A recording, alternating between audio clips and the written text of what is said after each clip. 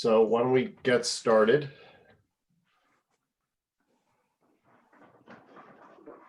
Good evening. This is the continuation of the adjourned Board of Commissioners organization meeting for Monday, January 4th, 2021.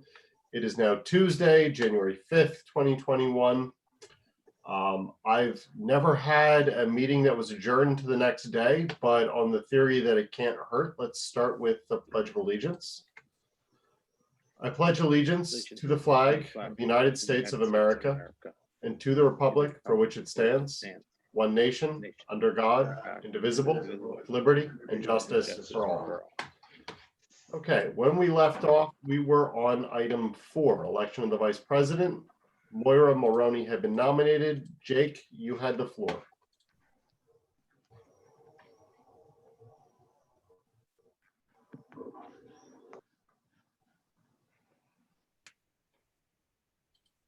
Commissioner Abel? Jake?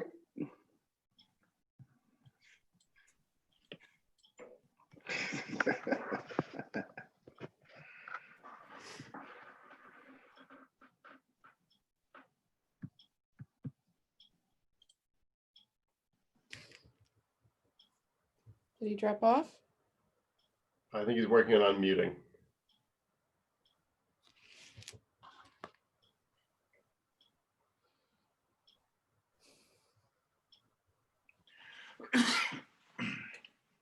Let's see.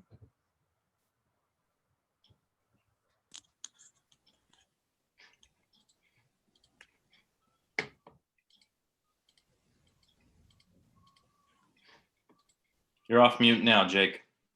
Perfect. Sorry about that. This has been giving me a lot of problems. But as I was saying last night, for the first 3 years, I've really tried to stress the importance of bipartisanship. And I think that starts with the leadership team.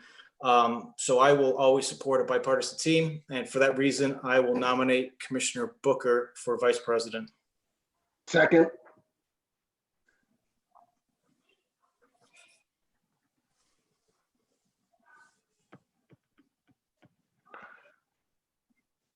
Jack, are you? Okay, thank you. And also,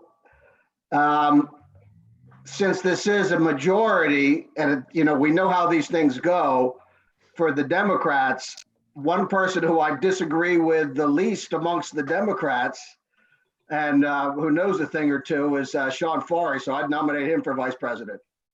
Thanks. I respectfully declined, Rich, but thank you very much. I appreciate that. Thank you. But I decline.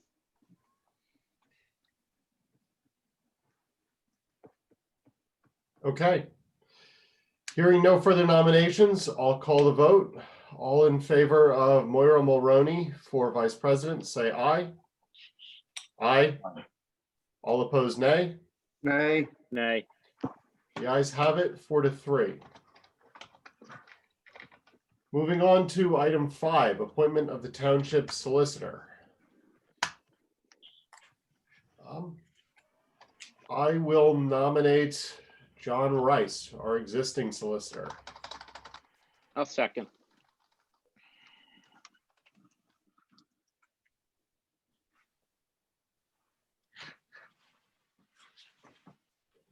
Hearing no other nominations, I think that he's going to win by acclaim. All in favor, say aye.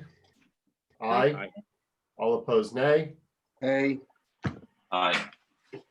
Motion passes 5-2. Damien, I understood that was an aye. That was an aye, sorry. Okay. Thank you. Moving to item 6, appointment of the Township Labor Attorney.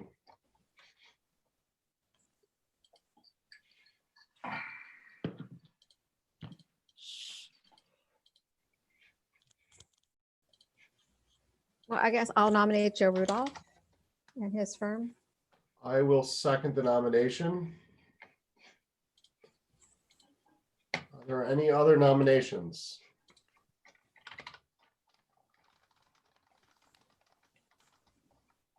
Hearing none, I will call the vote. All in favor of Joe Rudolph, say aye. Aye. All opposed, nay. Nay. Motion passes 5-2. Appointment of the Township Secretary and designation of an Assistant Secretary. I'm going to nominate William White, our Township Manager, for Secretary, and I'm going to propose that he be permitted to designate a Assistant Secretary if he is elected. So moved. Second. Hearing no other nominations, I'll call the vote. All in favor say aye. Aye. Aye. All opposed, nay. Vote is unanimous in favor of the manager. Mr. White, who would you like to designate to be your Assistant Secretary?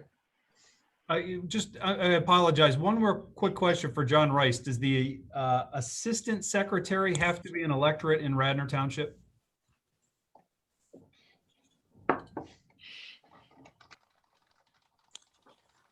I looked at the charter and was unable to find any language that helped me out, so.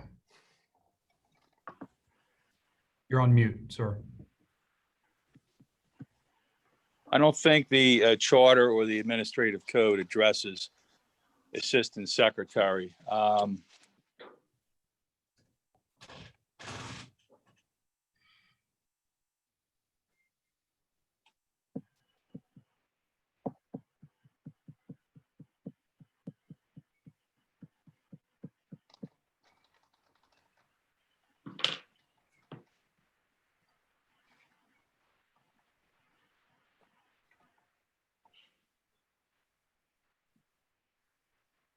No.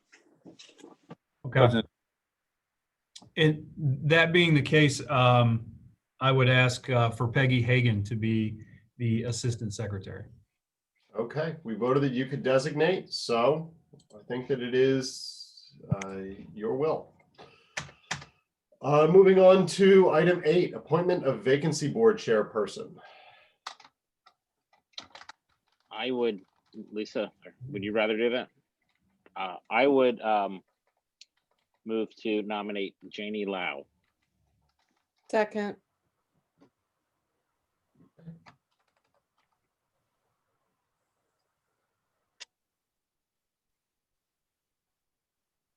If anyone no- wants to be, I can read Janie's resume. If anyone wants her bio, if anyone wants that information, she's highly qualified.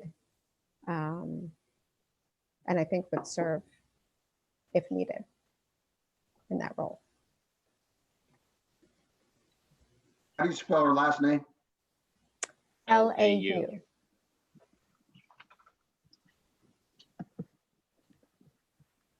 I don't know her. I would like to see her resume or whatever qualifications you have, if you have it available. Do you want me to read it or do you want me to email it to you? I would say to email it, but Is it possible that you could email it to Ian and he could put it up on the screen? If you give me half a second, I might be able to put it up on the screen.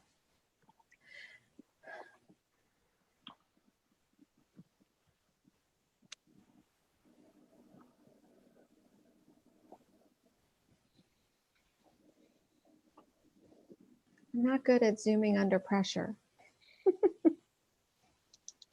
Hold on. I don't know that we're able to share our screens on here. We might be Oh, we able to, can? just I don't know. Any of you can share You their should be screen able- right now. Oh, there we go. Okay. Give me just 1 second.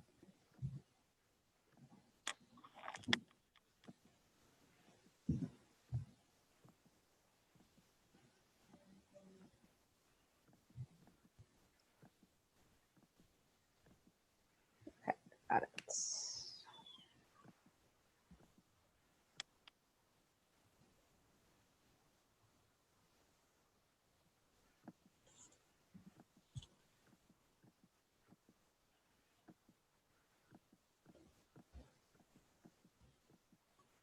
Can y'all see it? Yes. Okay, Do you scroll it up a little? sure.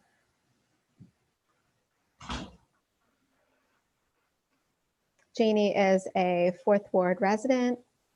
She lives over in Trinon.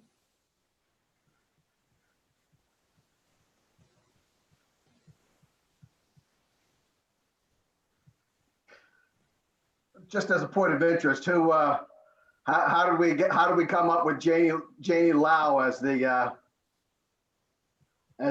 nominee? How did that occur? Sean, do you want to share, or you still there, Sean? He's on mute.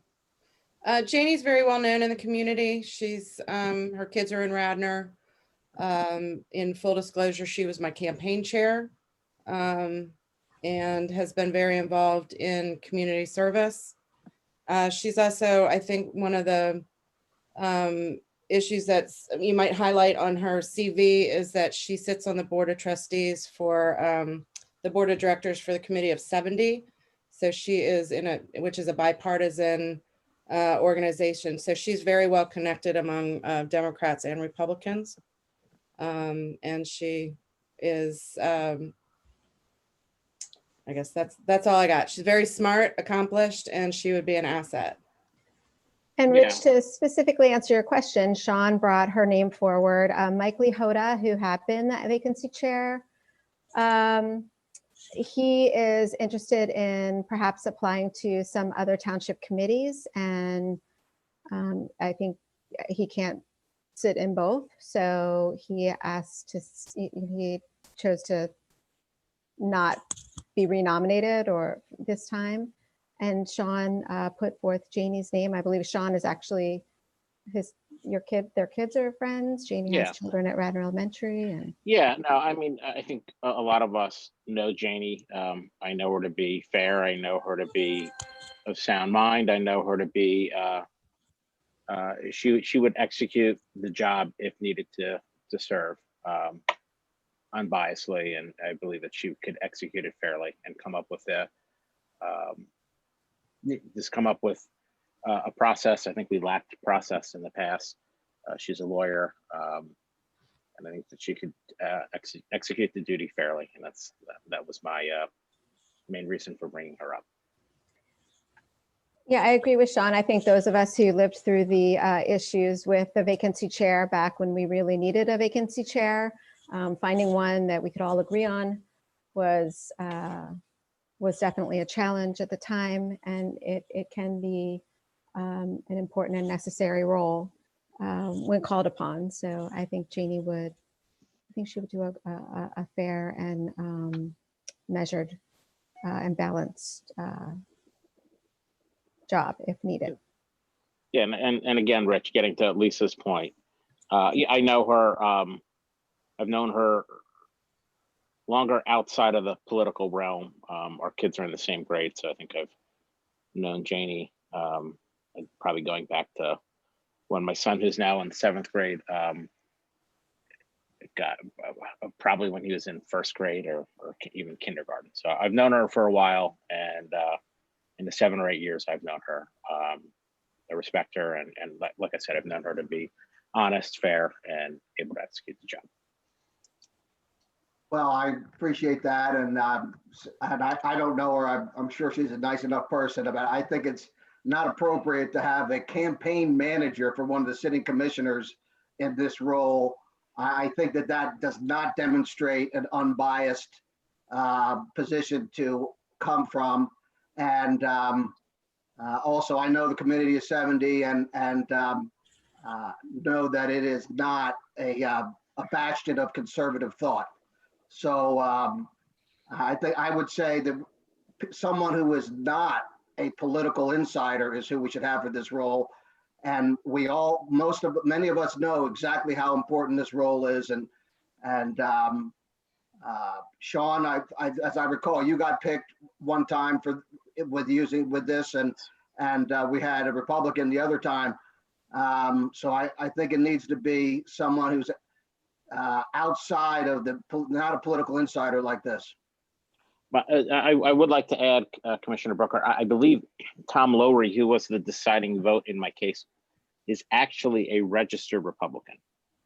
Yeah, I do believe that to be true. So I think it that does was go, correct. Yeah. it does go both ways. So and- are and you Mr. saying that Smith, you, But I just want to point out that this is a political process. So if there's a vacancy, it's political. So I think Janie has shown that she is, less partisan than others, but, you don't keep politics out of it. We all got here because we are politicians. well, that's fine. But if you're going to say that, then say, we have the majority and we're going to have our appointment who's a political insider, and that's fine, but just tell everybody that. Don't say, oh, somebody who's fair and objective, and that's not the case. So, Well, I mean, think you what I'm saying you is have the majority. Is there anyone else You have that has been brought to the table? I Anybody mean, nominated she's the only one that's been brought to the table. She's willing to do it. So I don't hear a whole lineup of folks that are looking to fill this position and or step up and take this. So All right, well, it's kind of a moot. let's table this, and we'll come up with some additional people then. Well, I think this is the organization meeting where we Right. need to vote on it, and you had plenty of time to come up with a nomination. Exactly. We don't need to vote on it. We can do it later. This is the organizational meeting. It's been on the agenda. Let's vote on it. Again, you have the majority. It's fine. If you can do what you want, but just be honest with the public. That's what I'm saying. Well, I think we have been honest. I think we have. I been. don't think so. I'm going to disagree. Okay. Can I stop sharing, or does anyone else need to see the information? Okay. I will stop sharing. Thank you. I love when technology works.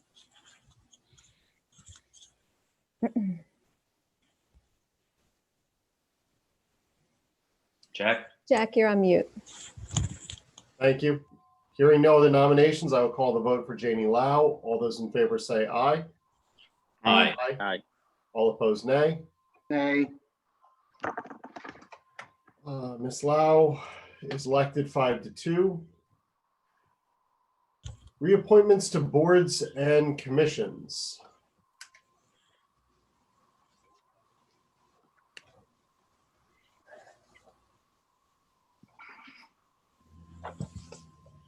I think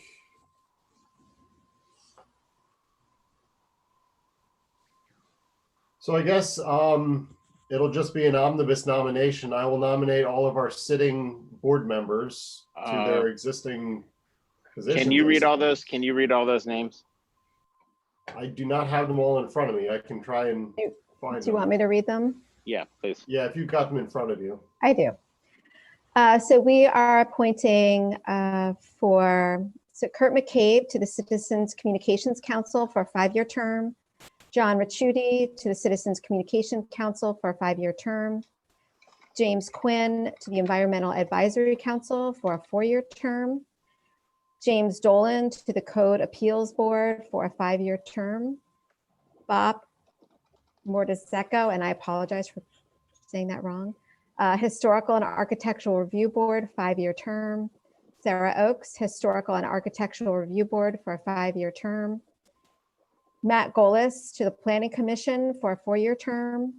Missy Deck to the Memorial Library of Radnor for a 3-year term.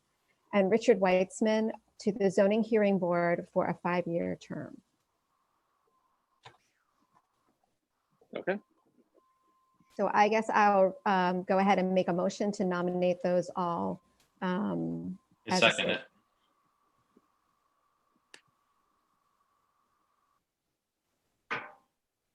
Hearing no other nominations, I'll call the vote. All in favor say aye. Aye. Aye. All opposed, nay. I think that's unanimous passage. No, I agree with all those except for the last one for the zoning hearing. Okay, all pass unanimously except for the final candidate who passes 6-1. What was the name of the final candidate? It wasn't, Richard Weitzman, Zoning Hearing Okay. Board. okay. Moving to item 10. Can I just make one comment? So I know that we just reappointed for the Citizens Communications Council. So I would like, if we could, to make it a priority to, in the next coming months, to figure out and task this group with kind of reorganizing, revitalizing, or deciding that this is a group that is not fulfilling a function that is currently needed by the township. There are people who sit on this board who are frustrated by the fact that they're not meeting, they're not providing input. I know that our vote on the Comcast agreement was certainly a frustration to some of them. If that's a role we don't need them to serve anymore, then maybe we remove that from their role responsibilities and we find new. But I would like to make that a priority for this coming year. And I'm glad to, I know that I think Molly is going to be has been designated as the liaison, the administrative liaison for this group. And I may be working with Molly and anyone else on the board and within staff to find out how this board can most effectively be used and serve the township, because they do want to serve.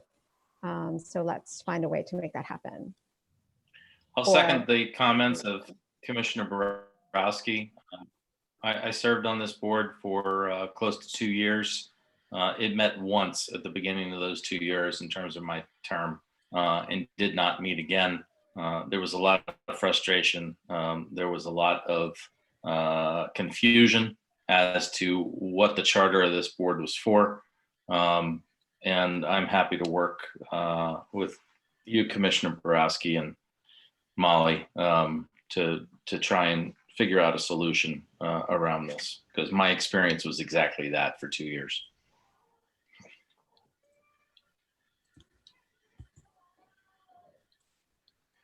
All right, so let's make a plan to figure out how we're going to make this happen.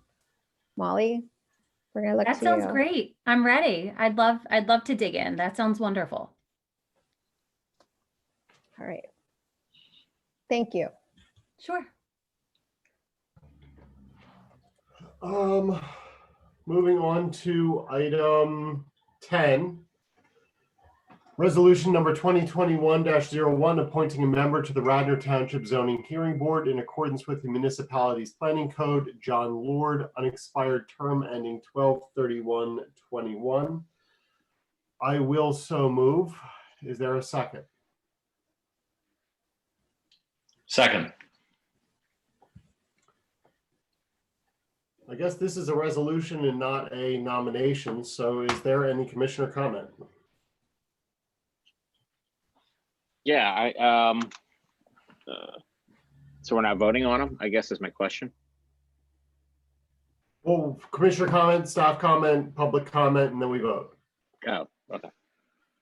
Just because it's a resolution, not a nomination for whatever reason. Got it. Okay. Is there any staff comment?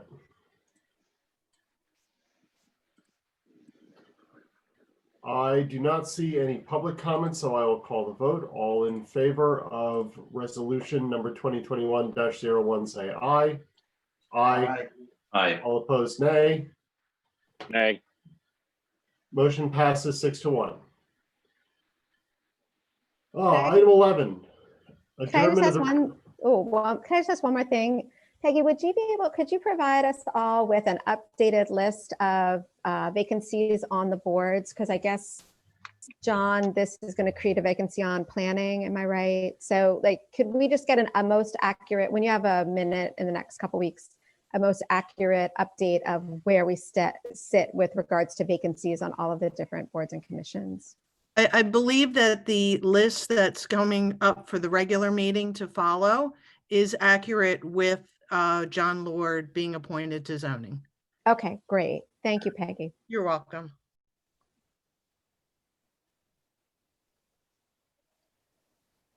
Okay. I'll move to adjourn the reorganization meeting and open the regular business meeting. Is there a second? All in favor, say aye. Aye. Aye. Okay, welcome to the regular Board of Commissioners meeting for January 4th, 2021, which has been adjourned to today, January 25th, 2021. We will get started with the Pledge of Allegiance. I pledge allegiance to the flag of the United States of America, to the republic for which it stands, one nation, under God, indivisible, with liberty and justice for all. For all. Starting with public participation, I see none. Moving to the consent agenda. Are there any items a commissioner would like to remove from the consent agenda?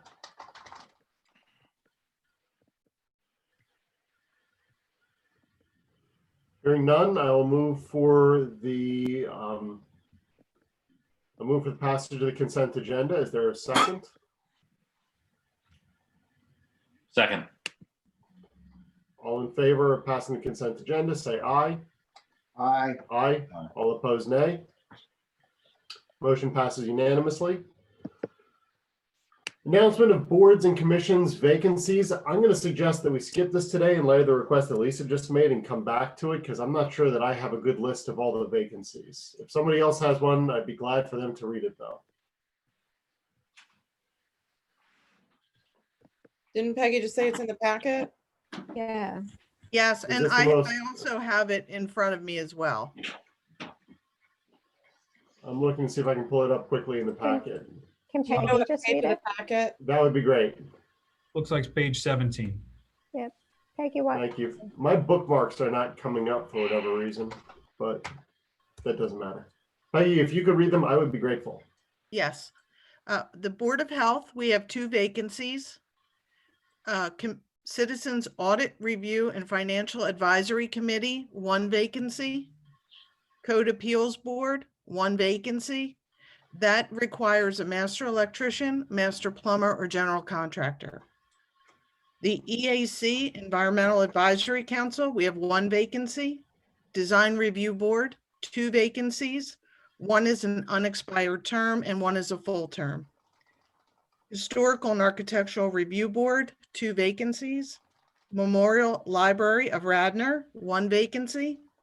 Planning Commission, 2 vacancies, 1 unexpired term, which expires 12/31/2022, and 1 full term, and 1 vacancy for the Zoning Hearing Board, which is an alternate with a 3-year term.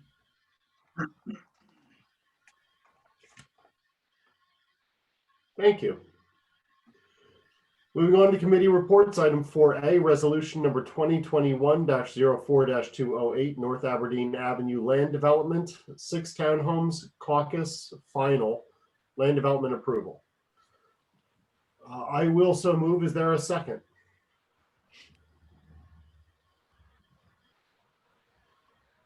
I'll second. This is just there- caucus, correct? This is the final approval, I think, John. Well, it says caucus though. There's It caucus. does. It does, which was confusing to me when I saw it on the agenda initially. Our ordinance actually lists final approval and preliminary approval as caucuses separate from the initial caucus. We've already caucused this. Now, I understood this to be a caucus on the final approval. So we need to do a caucus and then the final approval would be for the next meeting.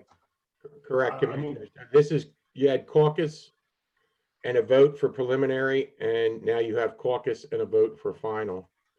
Like both of these plans are up for caucus only.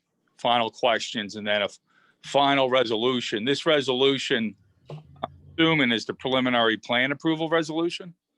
That's what's confusing about this, but this is up for caucus for final.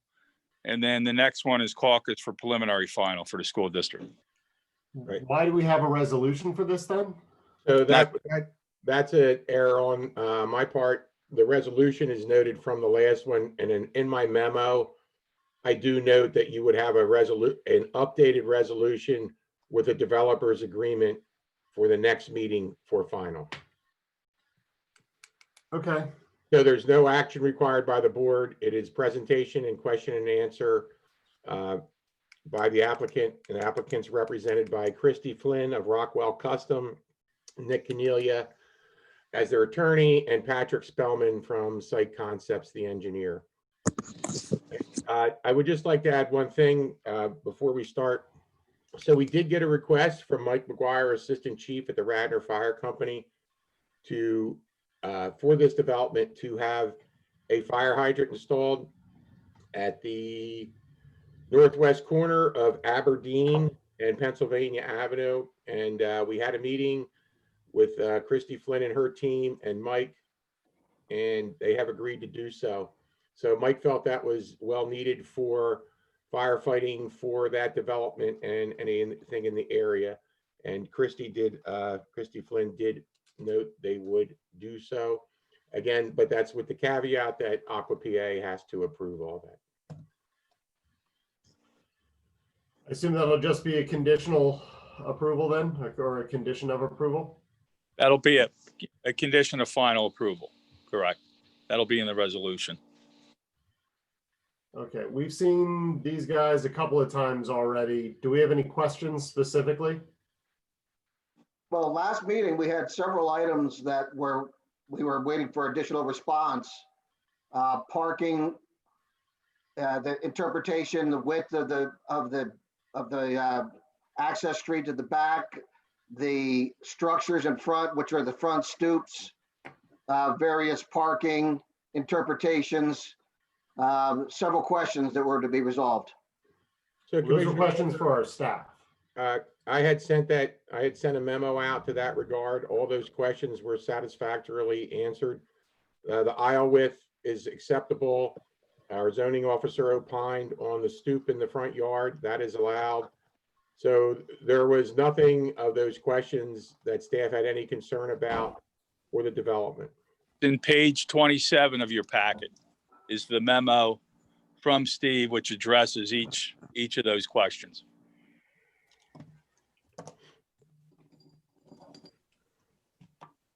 Steve, did you send that out to the commissioners directly on email as well?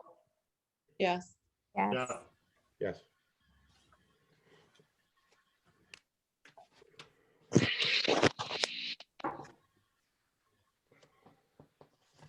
I just have one question that I'll ask that has been asked of me is that, and Steve, if you could just better explain, or John or somebody, the parking that is going to be provided, the street parking, which is, I think it's extending into the properties.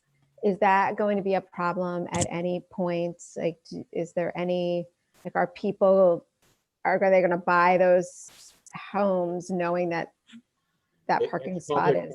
That's public parking, Commissioner, so anybody can use it. There's no, the homeowners there have no special access to it. Anybody on the street can park from there. Yeah, no, I don't mean that. I mean, there's no issue with that extending into their properties. No. Okay.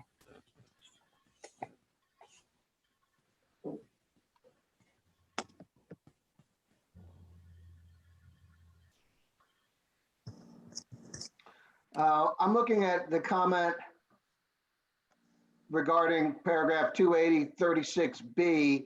It says a 10-foot landscape buffer is required on the south side due to the bordering residents. The residents may be rentals, but are not apartments per the zoning definition. So how can the south side adjacent homes be multifamily?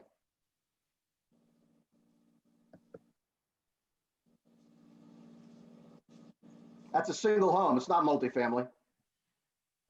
The homes along the south side, by definition under the code, are considered multifamily homes, and there is no buffer required between multifamily and multifamily.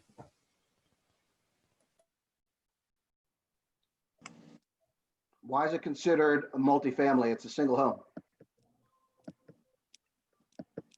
I do not believe there are single homes along there. They are all multifamily structures.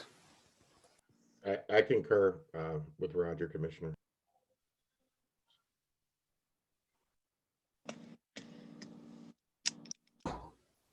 Yeah, that's not my understanding. Also, what about, I'm really concerned about fire access to the back here. I don't think it makes sense to say that we won't need a fire truck to get back there or firefighting equipment. I think that's a concern. So, As I Commissioner, recall, last time we said, we just met with Mike McGuire Yeah. Monday afternoon. He has reviewed the plans and his comment was the need for the fire hydrant. Damien, did you have a comment? Did have a comment. In an instance where you have parking that close and a structure that close to the street, a fire truck is not going to be that close to the building. There's not enough egress for that fire truck to get out of the way.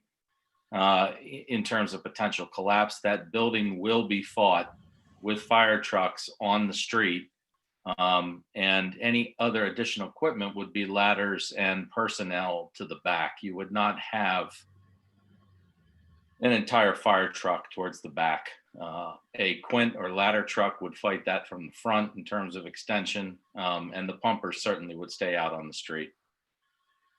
what if there's a car fire in the back, in the garage, in one of those garages? So You're not gonna fight that from the street. Yes, you are. Each fire truck carries on the bumper lines 150 feet of 3/4 inch hose, which will easily stretch back to that area back there.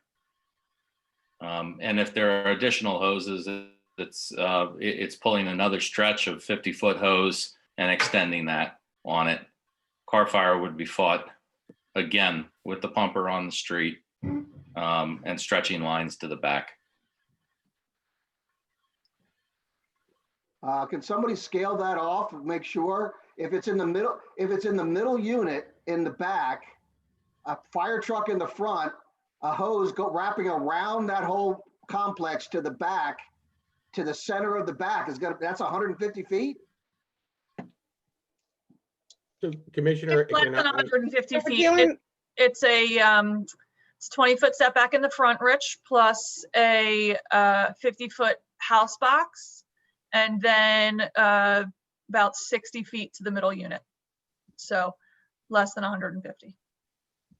You have to go all the way around from the building. You got to go all around those three houses to the other one, to the middle, to the back. That's what I just counted Right. up for you. Mhm. Okay, so again, per NFPA code, a fire truck stages from a car fire at least 100 feet. You will not see, for instance, on the blue route, a truck approach a car fire and stage any less than 100 feet away from that. That is NFPA code. So you're not going to be taking a fire truck to the back to fight a car fire. Put a utility pole. Are there utility poles there? If they catch on fire or something gets stuck in a tree, I'm not talking a kitten or anything. So I think, But if there's a dangerous tree, I'm sorry, I'm asking, you're right. yeah, I'm asking one of the developers when it comes to utility poles. The utility poles, there are utility poles along the front on North Aberdeen. Those are what is there now. So we don't have any intention of having additional utility poles in the back.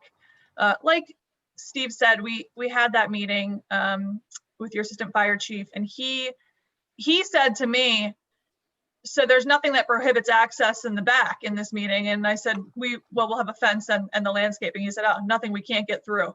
He was not even a little bit worried about that access. He was saying all the same things that Damien was just saying about how they would approach all of those. He was very specific about the location of the hydrant because of his, he very clearly had evaluated how he would approach this particular site. He didn't want to block North Aberdeen. There's obviously that underpass there. So it wasn't going to be as optimal to have the fire hydrant, for instance, on the east side of North Aberdeen. There are some challenges with grade on that corner that he requested, but we think we came up with a good solution to get it where he needs it, so that he can use it for the approach of this site and other buildings along Pennsylvania as well. Steve, correct me if I misrepresented anything from that meeting. No, Ms. Flynn did, was exactly our conversation, myself, Roger Phillips and her engineer, along with Assistant Chief McGuire.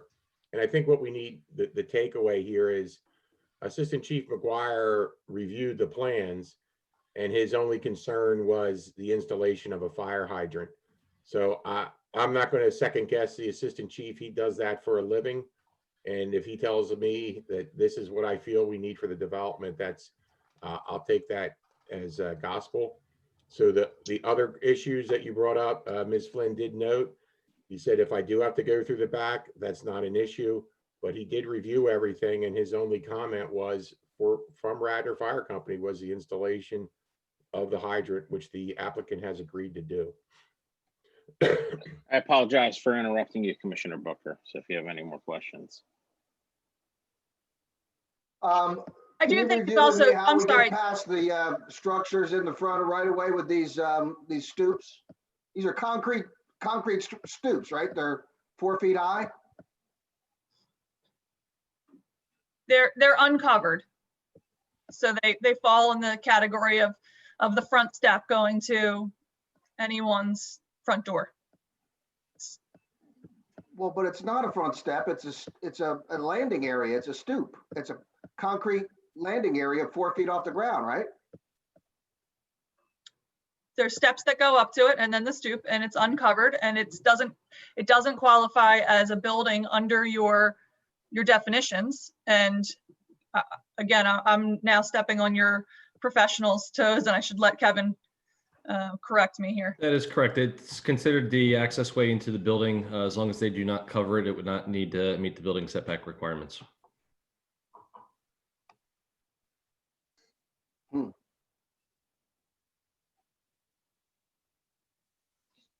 So that is going to be a solid concrete stoop, right? It's got a footing. It's going to be a CMU wall with a concrete top or something like that. It's not going to be deck, right?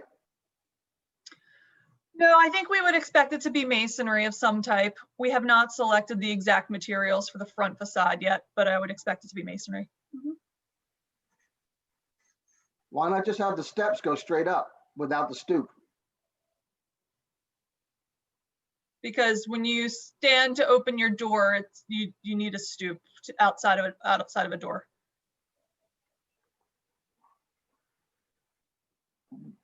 I'm concerned that this is going to set precedents and we're going to have all kinds of structures within the setback. So Kevin, you're saying this is not a structure, this is not a building, but it's a structure. So what's your exact legal interpretation of the code and how this conforms? I won't give you a legal interpretation. I'll let the solicitor weigh in on that. But I did discuss this issue with him. It's no different than the set of steps, the front walkway. It does not meet the definition of a building and would not be subject to the building setback requirements. Even though it's a masonry stoop with a footing, we just said it's going to be concrete and masonry, and we're saying that counts as a step? There are plenty of masonry structures. There are plenty of masonry structures that are constructed, curbing, sidewalks, patios that do not require setbacks from the principal buildings. Patios don't have to conform with setbacks? They do not. A deck would, but a patio would not.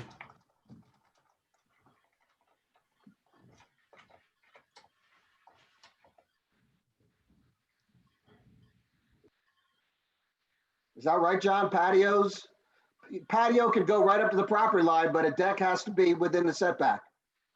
Well, we're talking about a stoop that's part of a set of steps. I mean, how many sets of steps and small landing areas are there on buildings in Radnor Township from the street to the front door? Pretty. I don't know. None that I know of. None in the right of way. Well, you're talking about the yard. So, I mean, Kevin's correct.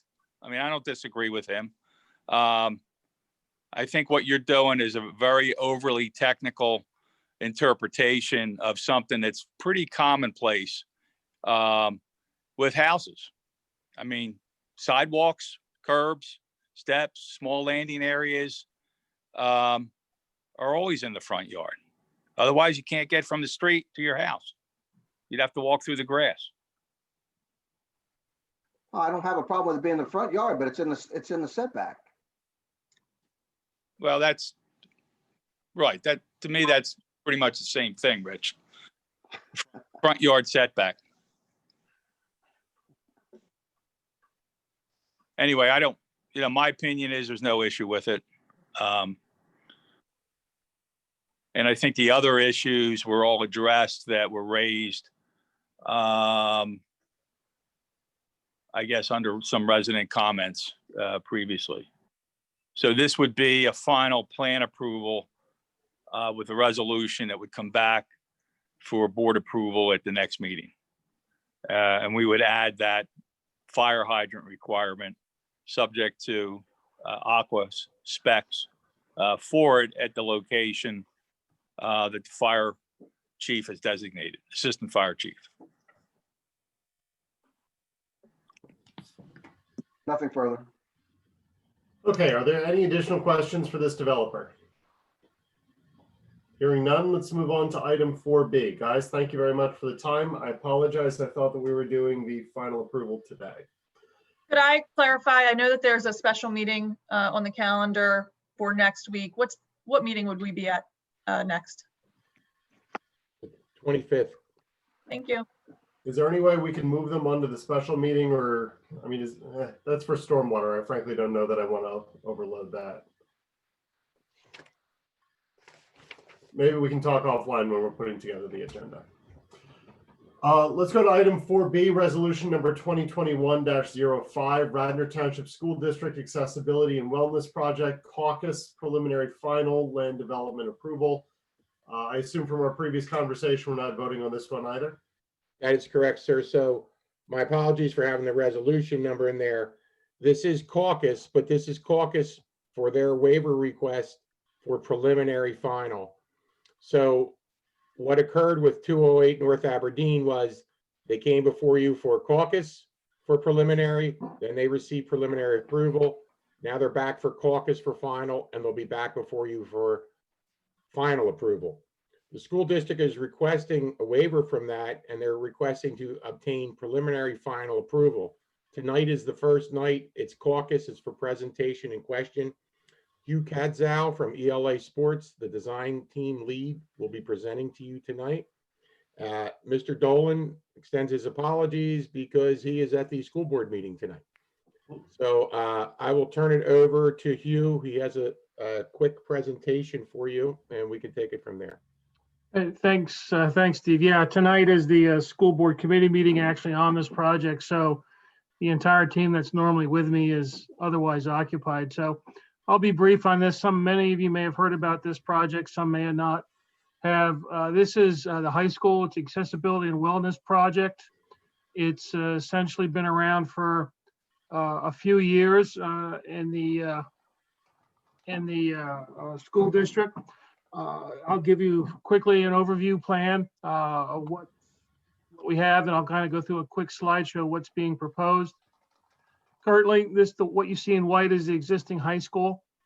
The purpose of this project is actually to improve access to the Enke Field and Prevo Field, the stadium fields here, replacing the 50, 60-year-old bleachers on the side of on the home side here, and also upsizing some of the existing internal weight rooms and other facilities within the high school that are undersized compared to the current student population that's in the high school. Other things that are being looked at is to add some additional pool storage since it's right now undersized, to provide, this is the rear of the building where the maintenance is currently, to provide a new access back there that can be actually secured. Currently right now, there really is no way to secure it to separate the natatorium from the general access to the school. What you see here is our new entrance, more of a dedicated entrance coming in off the front parking area, which the school district wishes to kind of emphasize. The ADA access, which is key to the project, we're providing for the tennis courts. Currently, there is no ADA access to either facility. Providing an entrance plaza, which will allow seating above the competition courts on the tennis courts area. A new access, this is the fitness edition with a properly sized weight and fitness room, which currently now is, I think, roughly 1/3 of what it's supposed to be. There's also going to be, there's existing concession stands, which you'll see in some photos I have, that are being replaced by the units, the building first floor here. Renovations to the stadium in the sense of new synthetic turf, new track. The field house you see here is actually, again, replacing the two buildings that are down there, also providing storage, which currently is outside, causing issues, the duration of the equipment. What you see to the right here are the ramps that are being proposed to get access to both Enki and Prevo. This whole area up above, actually, currently, if you're all familiar with the high school, is the plaza will remain, but we're actually widening it from the natatorium face out. So there's more space there for people to safely gather, where now currently it's pretty tight. Enki Field, again, we're putting a ramp system down here to gain access to this. There's a new grandstand there replacing the 40, 50-year-old concrete structures that are difficult and do not meet code to access. The other thing that's being proposed too here, you see the stair access. Currently, people, when they're on this parking lot, have a tendency to run down the hill and run across. So again, the part of the accessibility, not just ADA, but general accessibility, is to provide a stair access down to the main central ticket booth here. And finally, in the back here, where currently this is all maintenance, what's being done is a concentration of ADA spaces closer to the natatorium and Prevo. And we're actually putting all the maintenance trucks, everything over on this side. So we're actually pushing out towards the bus drop off here. So that's kind of a quick overview from the sky. And now what I want to do is kind of show you a quick slideshow of existing conditions and what's proposed. Currently, this is would be the entrance off the front loop road. It doesn't meet ADA. You can see the stairs. That's the existing school there. Proposed, it would look like this. Wider access, better ADA access. There's the plaza we talked about. This is the fitness room and the ticket booth. So again, more crowd control here as well, which currently right now there are issues with. This here is the addition as well. That's the existing school building. This is the existing stadium. There's the existing home grandstands, the steep ramp, which is unsafe.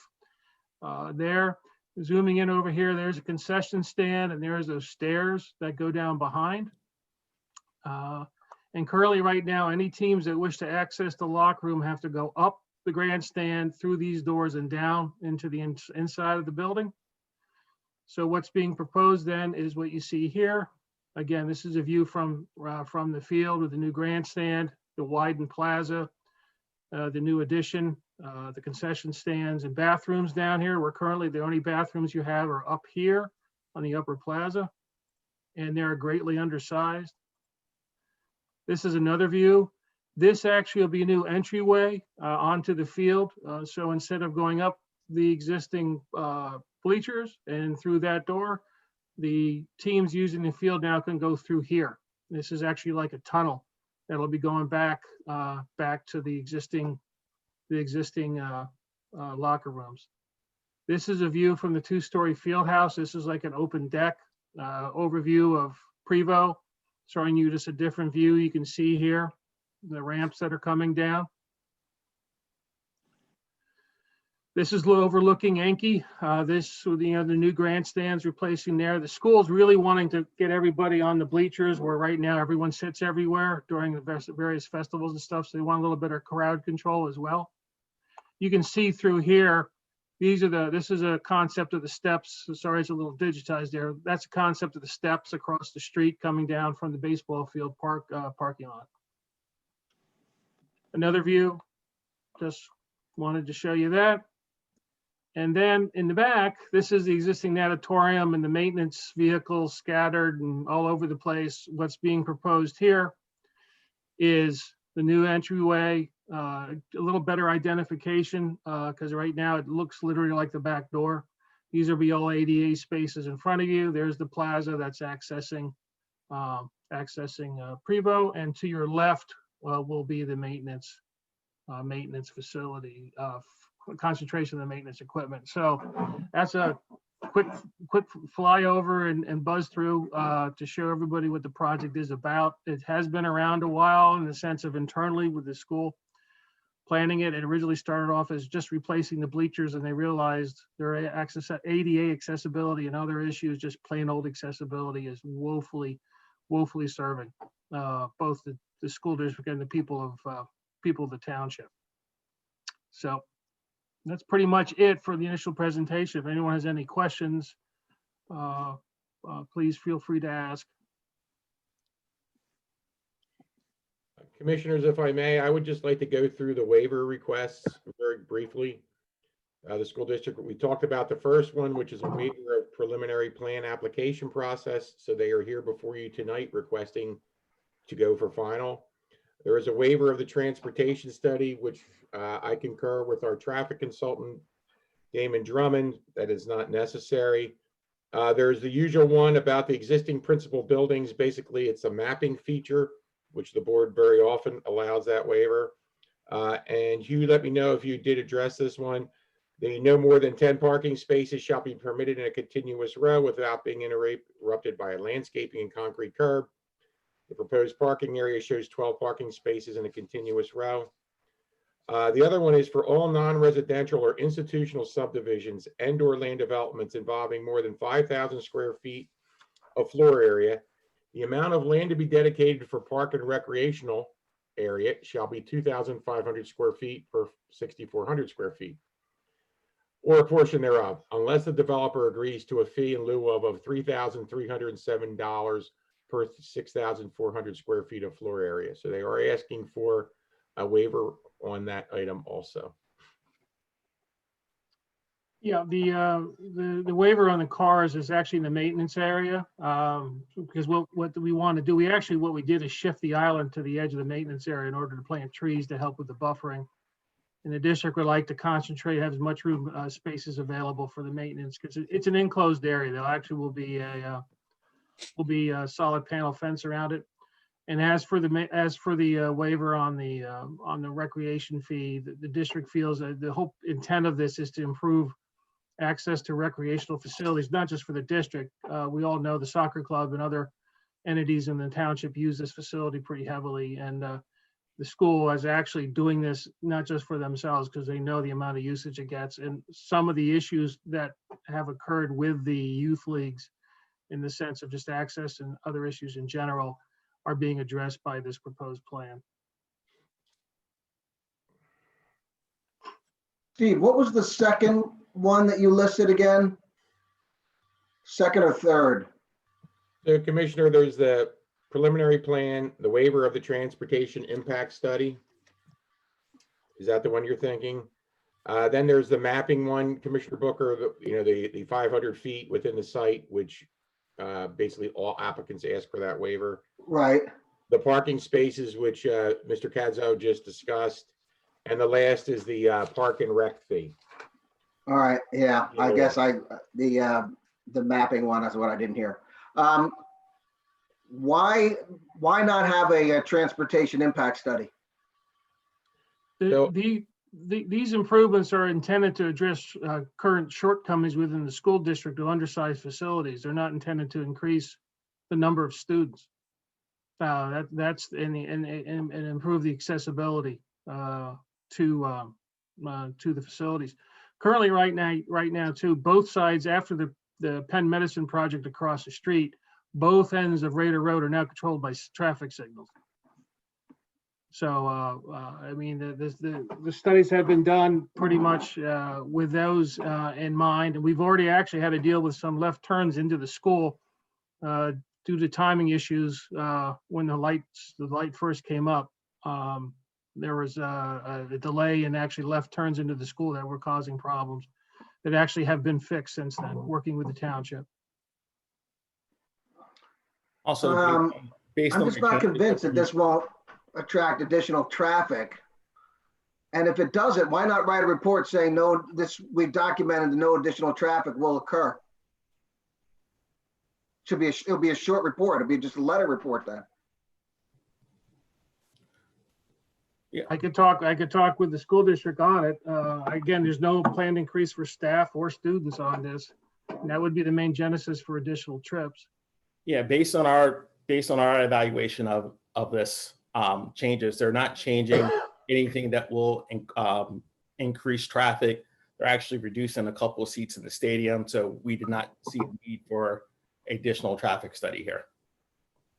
And Commissioner, I concur with our traffic consultant, and I think you put it properly. So this is not a new land development project coming in where X dwelling units are going to be built.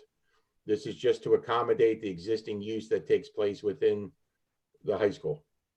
So it did not warrant, in my mind, and obviously in our traffic consultant's mind, the need for a traffic study.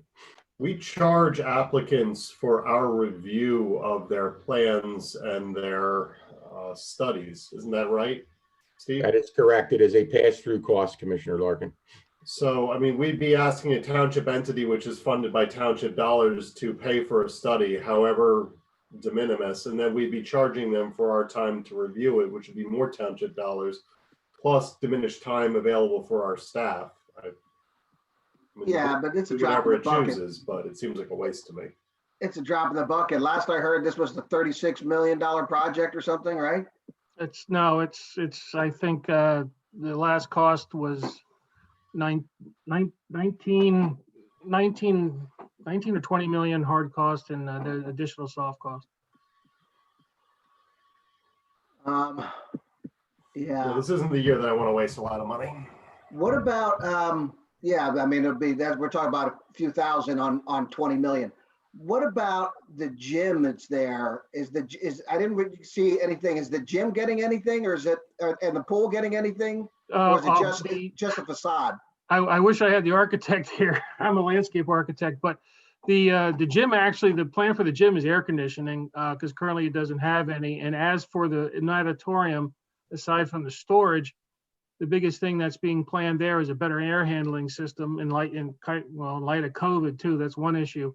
And also improved ADA access, including an elevator in order to allow access to the upper deck. I mean, currently, if you've been in there, I haven't been, but the discussions in our meetings is how woefully inadequate natatorium facility is. That's primarily what's being done internally with those. Again, addressing shortcomings of items that don't meet the current number, the code, or don't meet the current number of students and staff in the school they're undersized or insufficient. Yeah, and these areas, you know, that back entrance there to the pool, it does need work. All that work needs, not all of it, but a lot. The work of the building needs to be done. How old is the building? I think the building was last renovated in the 90s. I actually. The building was renovated in the 90s, but the building itself was renovated in the 90s, but the pool, the main gym, and the back gym, if I recall correctly, were not a part of that entire restructuring and renovation. Yeah, the old photos, I think it goes back that the course was built in the 50s, I think. I think I saw initial construction of it, and it's been kind of pieced together over the years, and which has been, for some members of the board who have been, or actually Radnor graduates and Radnor residents, there's been issues for the years where things kind of don't get completed with the renovations it needs to be. And a lot of this is addressing issues where those 90s additions now are outdated and they weren't done well, that they're being fixed. There is not a waiver that's being asked for stormwater, correct? I saw page 3 of the Gannett Fleming letter there. The stormwater will be taken into account. No, we're not. Actually, what we're doing there, because of the conditions with we're actually placing a system underneath the synthetic turf field. We're actually going to be, which is, we often frequently do. In this particular case, and it's being done, it's like a crate system. And it's, we've worked closely with the engineers, the township people, and also with the conservation district on design and sizing of it. We actually have kind of increased the size of it a little bit because if it's going underneath the turf field, we want to have some room.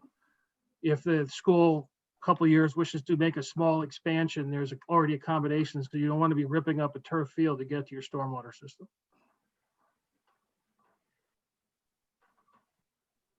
I'll say that any improvement to that area is good. My son swims. I've been in that natatorium a bunch of times. I started a swim meet a time or two there, and that is, as you said, entirely outdated. An elevator is important. I haven't looked at the specs, so it's just a lot for me to see. I know that there's one set of stairs going up. Would there be two sets, one on each side, or are you just still going to stay to one side? I wish this, Okay. I wish the architect was here, but he's presenting to the school board now to answer your question on that. Okay. We can make sure, I'll check with staff to make sure we get, we have some basic architecturals available for the commission. Just that just is more of a fire safety issue. You'd have a bottleneck. As of now, if there was a fire, not that anything would burn on those steps or in the upper deck, there's only one way up and one way out unless you jump over. I do know that we actually had a preliminary code review, all fire service, everything, and it did come back. So those issues are being dealt with. I can't give you particulars at this time because I deal with the outside, not the inside. Yeah, no. Commissioner. In summary, no. Radnor is the best school district in Pennsylvania. So to stay competitive, the tax dollars, that's a different thing. I won't go there, but to stay competitive and to make these upgrades after going on maybe 70 years now, it's important. So for I don't see anything major, but it's good work. Commissioners, to follow up on the building aspects of it, we did perform a preliminary review of the building plans. Those comments have been provided back to the design team for the school district, but we will be looking at accessibility and egress and fire safety features as part of the final plan review for issuance of building permits. I'd still request we do a traffic study, especially in light of the change in times, the movement of the sports, and with anticipating full build out of the Penn site. So I think we need a traffic study. If anyone else doesn't have anything, I have a couple questions. Is that all right? Okay. So first of all, thank you very much, Mr. Kadzo. This is the second time I've seen this plan. I was able to see it when I presented it to Shade Tree.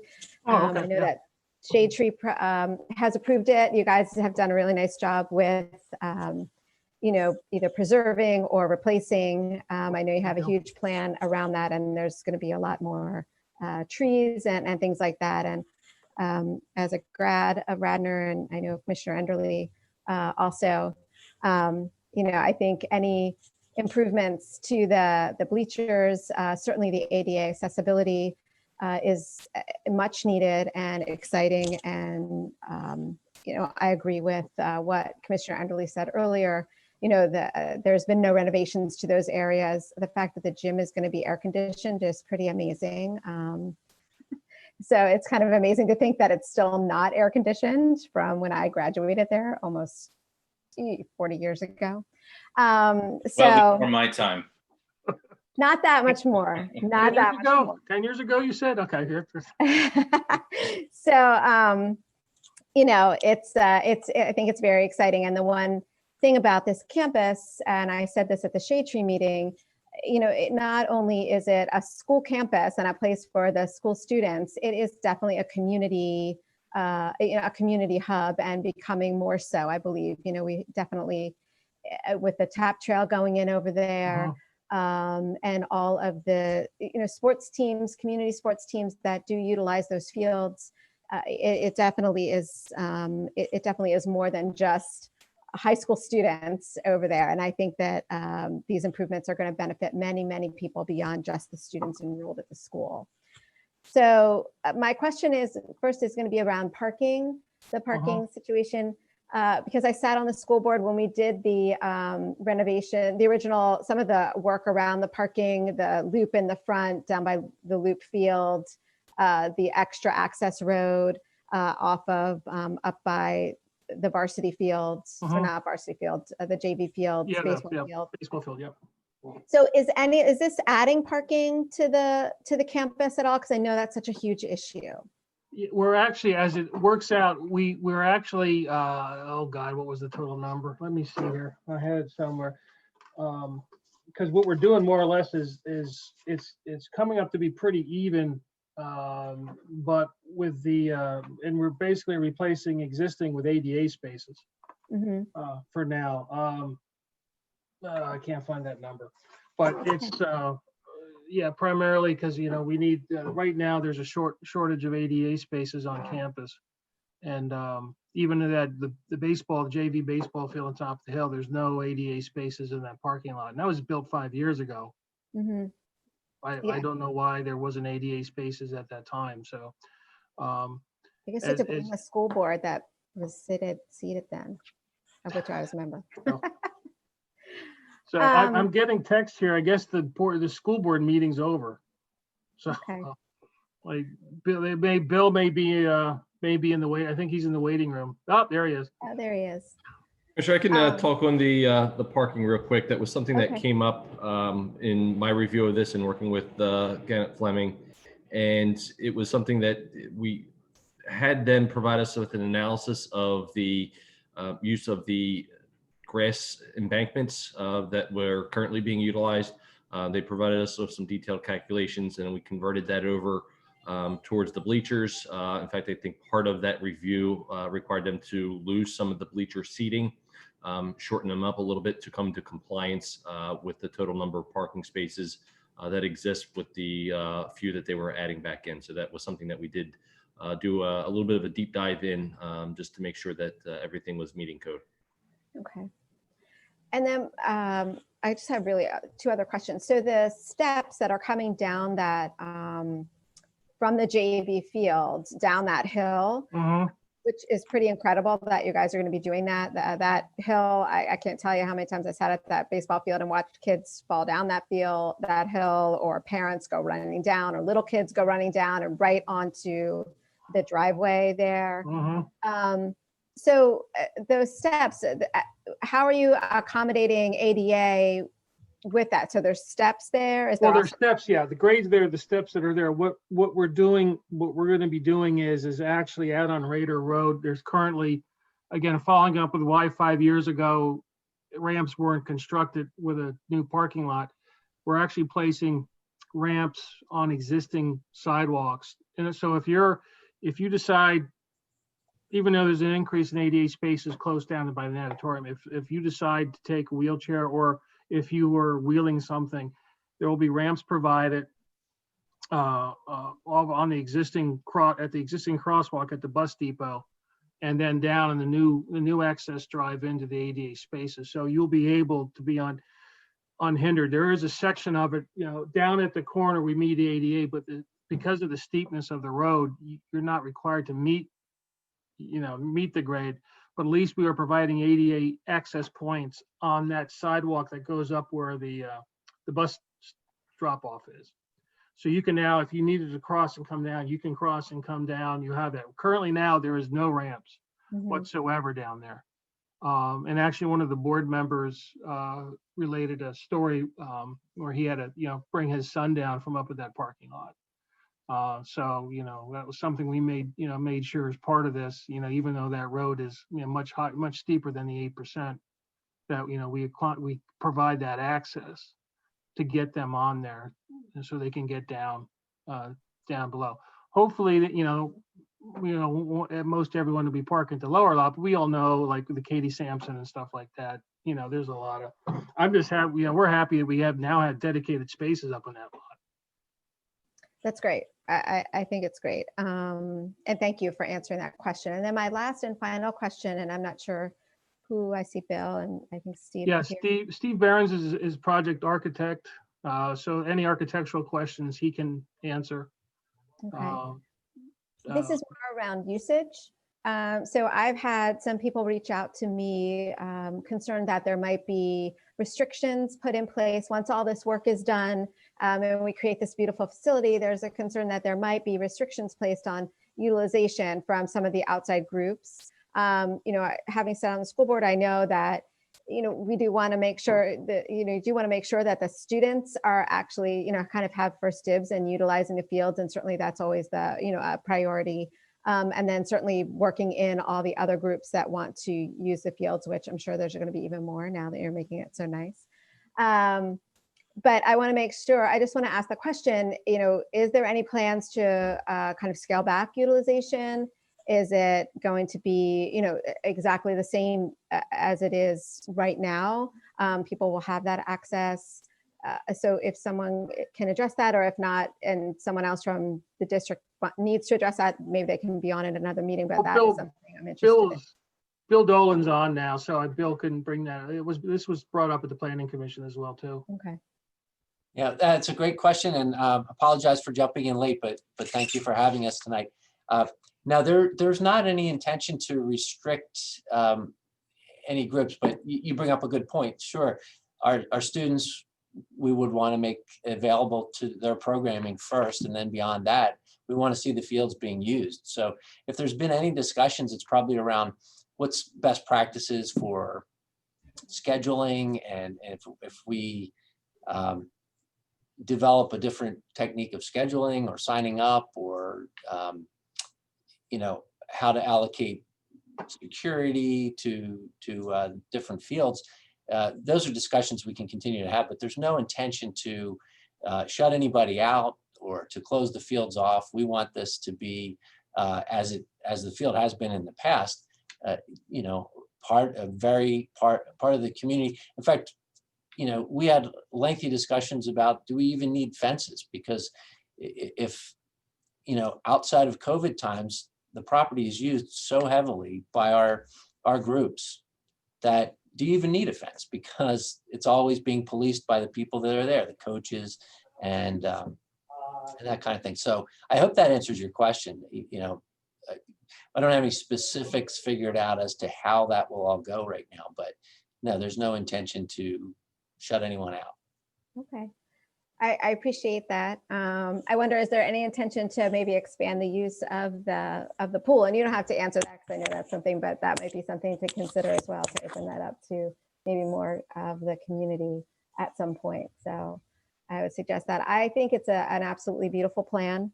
I'm excited about it. I am also in favor of the waivers. As Commissioner Larkin already stated, you know, it's basically you know, coming from one pocket, or it's basically all coming from the same pocket, from the taxpayers. And I believe anything we can do to help minimize costs on this project, you know, I'd like to see the township be a partner with the school district in that. And I would be in support of those. So thank you very much for your time, gentlemen. Okay. Commissioner Fari, do you want Steve Behrens is here. He can answer the question about the natatorium. Yeah. Yeah. So just my background is my son swims for RAC, so I know a little bit about it, and I know that it is extremely outdated. So the elevator is great because there's no way to get up, and as of now, there's only one way to get down. So if there was ever an emergency or something, it would obviously bottleneck on that one side as everyone is moving from the left side to the right side. Would there be stairs going down both ways? I guess is my starter question. Good evening. Yes, there are. There's actually exit stairs coming down from the balcony at both ends. The I'll call it the south end would exit into the corridor system of the school. The north end, which is more the public entrance, that currently exits directly to the exterior, as you probably know. That will be, that stair will still exist. but it will discharge into the new lobby vestibule. So the egress is widths and paths are not being affected.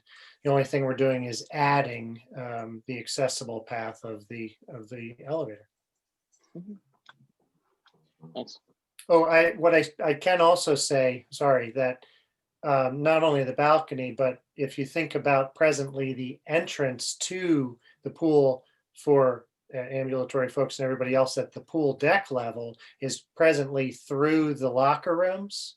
Yes. That is going to be improved. So right next to that descending stair we were just talking about, there's a new corridor going directly from that lobby into the pool. So that helps with administration and security of the school building, that you have that access directly from the vestibule. You don't have to enter the corridor system of the school building to get into the pool. Currently, there's like a little maintenance room that you can enter that way. As of now, there's 3 entrances or 4. As of now, there's the boys' locker room, the girls' locker room. There's like a little, I like a maintenance, Well, where, and then, yeah. Go ahead. You're referring to the actual pool equipment room. Yes. That should not be used as a passage in or out. I guess it's maybe somebody does, yeah. but I don't count that. The access through the locker rooms will still exist for students and those from within the school.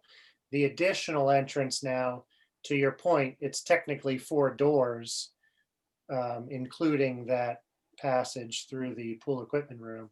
But this 4th one will be the public entrance directly from the lobby into the pool at deck level. Okay, just as I said before, my older one swims, my 5-year-old swims.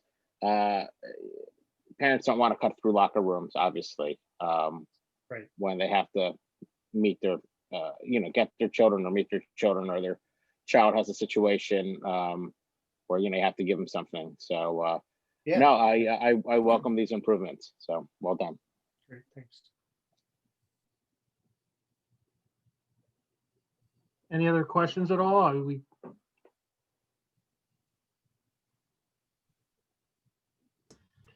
Hearing none, I think that we can say thank you, and I guess we'll see you at the next meeting. Okay. Thank you. Moving on to item 4C, conditional use application, 200 South Ithan Avenue, motion to set a date for the conditional use hearing. Have we figured out how long we think this hearing is going to end up taking? I did, Jack, I did speak to counsel for the applicant, and he thinks it'll be 2 witnesses. It may be an hour and a half. That's his estimate. Okay.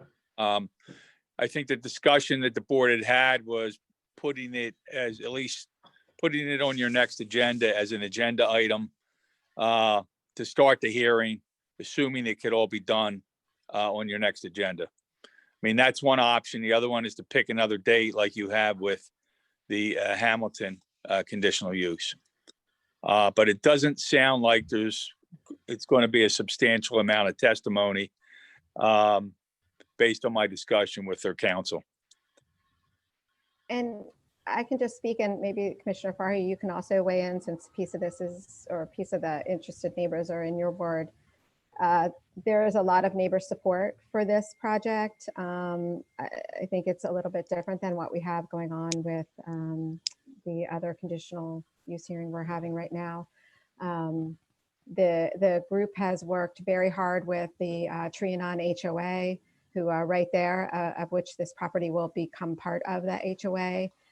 They've spent months working with them, working through all of the issues related to that. Also talking to and working with neighbors across the street on South Ithan. So I don't anticipate the kind of neighbor involvement that we have at Hamilton. And Sean, I don't know if you can speak to that. Yeah. So I think you have like what, 2/3 or maybe 70%. So I haven't been contacted. I've maybe been contacted by 1 or 2 of the resident. So, yeah, I'll concur with your statement and your sentiments. It doesn't seem to be very adversarial on either side, so we should hopefully be able to get it done within an hour or two. I think that would be best. Okay, do we just want to schedule it in the normal course then? I would advocate for that if we can. If I don't know what we have coming up on the next agenda, but it might save all of us an extra meeting, which we have a lot of already this month. Yeah, I would agree. If it's gonna be a long time, it's gonna be an hour or so. So if stuff can get pushed off to another meeting, that's not so important, and that would be the focal point. Yeah, if there's nothing else pressing, that should be the focal point of the next meeting. Agree. So I'm going to need to advertise it for, is it the 25th of January, I guess? Yes, Monday, the 25th.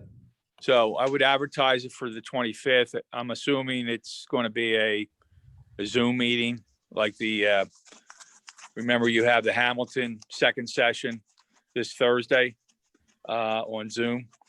So I would advertise it the same way we did for Hamilton, but I need to put a legal ad in, and I can do that this week.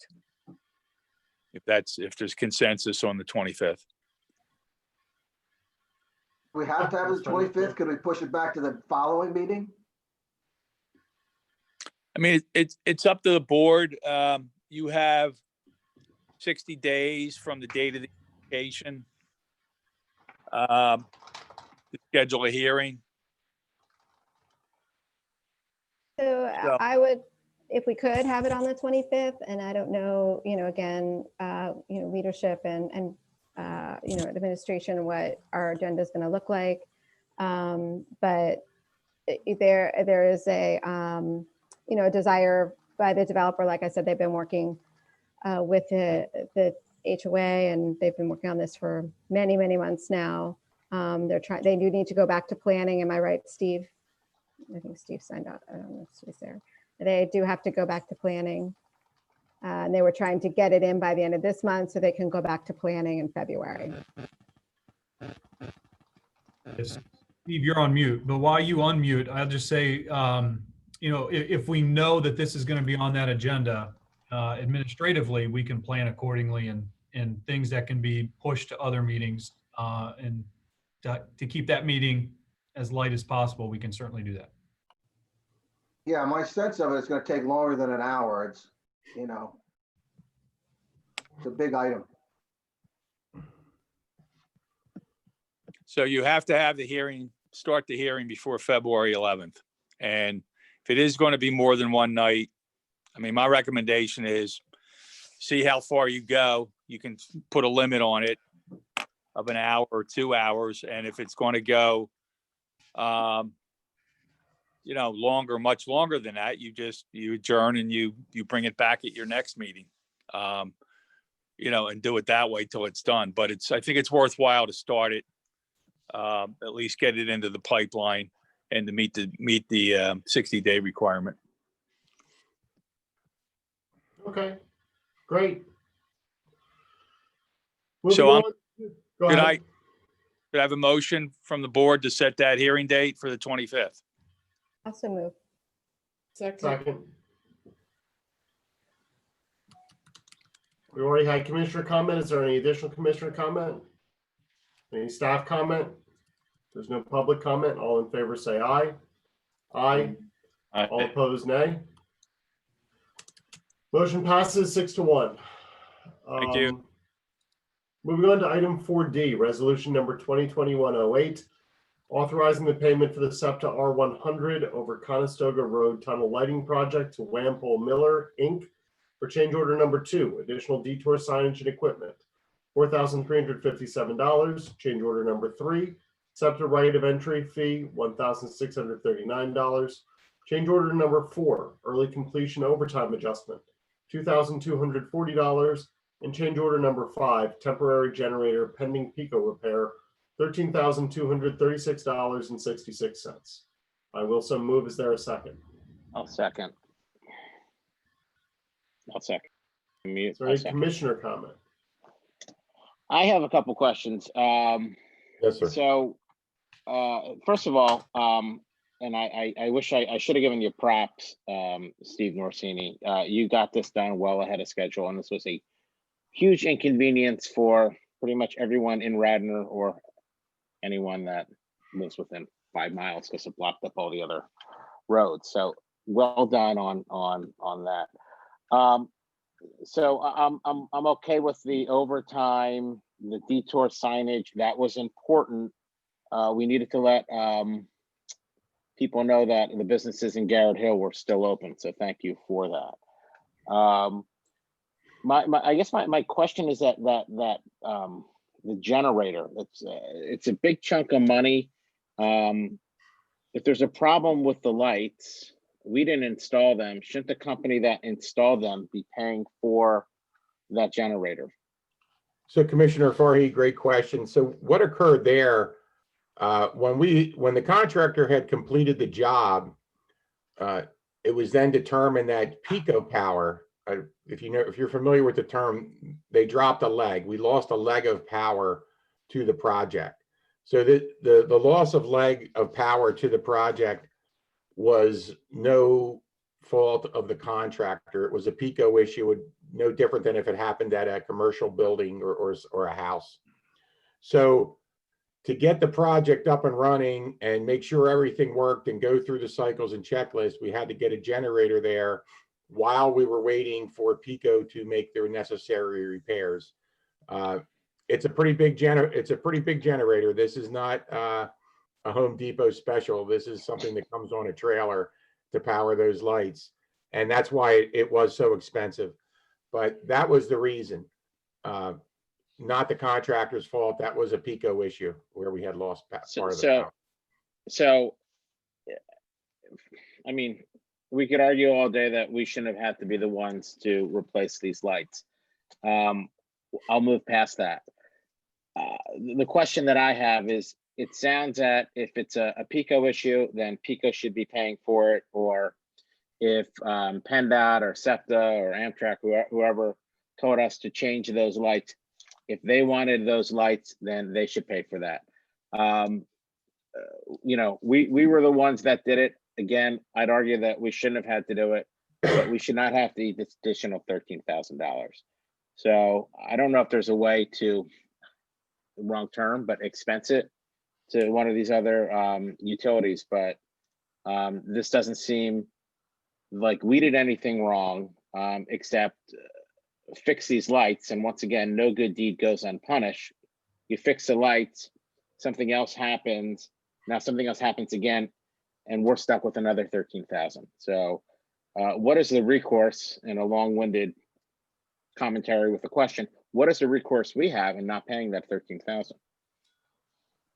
Well, I can tell you this. So the contractor did provide the material and the service, right? So they have that legs, so to speak, to stand on. They did provide this service. And I'll answer your question with a question, Commissioner, and I'll let maybe the solicitor jump in. But it's no different than our pump stations. When we lose power to pump stations, our generators kick in. When those pump stations were built, the township spent tens of thousands of dollars purchasing those generators to keep things running when we lost Pico power. No different than at your home or business, unless you have some type of insurance. When Pico power drops, your business is affected or your product is affected. And that's what occurred here. The Pico power dropped and we weren't able to run this through its processes. I will tell you, after speaking to the solicitor, in the future, should we lose power in that area, we won't be required to use a generator. But in this case, we did to make sure everything worked and we were able to get the bridge open, the tunnel. Sure, open. but so using your analogy, we don't own this property to begin with, so we shouldn't be responsible for fixing it. That's like saying I should fix something across the street from me. I'm on board with you there, Commissioner, but unfortunately the legal system found otherwise, but I agree with you 100%. All right, not the answer I wanted to hear, but thank you.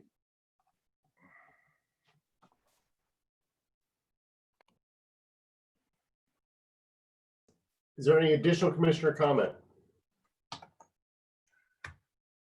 Is there any staff comment?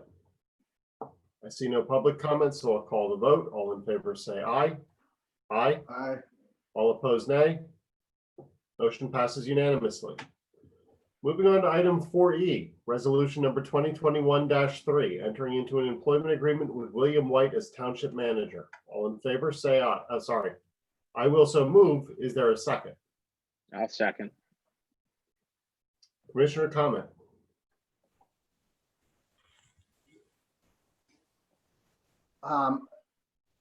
In the past, we haven't had contracts, we had MOUs. What precipitated the change? I think that Bob had a contract. It's a MOU. Memorandum of Understanding. Why Well, do I we need mean- a contract? Why do we need a contract? An MOU is a contract. People No. call, people not. call them MOUs, but it's a contract. I mean, Bob had an employment agreement. Was amended twice, I think, over the years. But they're contracts, Rich. This was employment agreement was worked on by Joe Rudolph, and the numbers that are in the resolution are the salary numbers. But it spells out, what the terms and conditions are and the benefits. And but we've had contracts. I mean, some people think MOUs are not contracts. They're contracts. Well, why don't we go back with the MOU contract? It's not a contract, it's a memorandum of understanding, but it's not a contract. But why do we change the form? I mean, the reason why we changed the form was I asked for a contract to write this up. I was under the impression that Bob had an employment agreement, which is a contract. And John is right. An MOU is a contract. What you call it really doesn't matter. They're enforceable agreements. I disagree. If it was a contract, an agreement, we would call it an agreement. It's a memorandum. In any event, this one, as well as the next item, I think that this is the wrong time to be increasing salaries when we have constituents and the public that is being asked to sacrifice and to not get paid. That we have the government saying we're not only going to continue to get paid, we are going to increase our salaries, and we're going to do it at the time when we're asking everyone else to suffer and to sacrifice. I would wait, and I think that we discussed this when we talked about it initially, waiting until after we were out of COVID restrictions. These lockdowns, this is a bad time, and it sets the wrong tone while we have current lockdowns in place for our businesses. So I would say that we should let this wait until after we're out of COVID and we have a better sense of what our budgetary restrictions are going to be. Commissioner Booker, can I comment on your comment? Are you through? I reserve the time to comment on your comment. Okay, that's fine. I am in complete agreement with your comment on holding on this. However, I was from the start.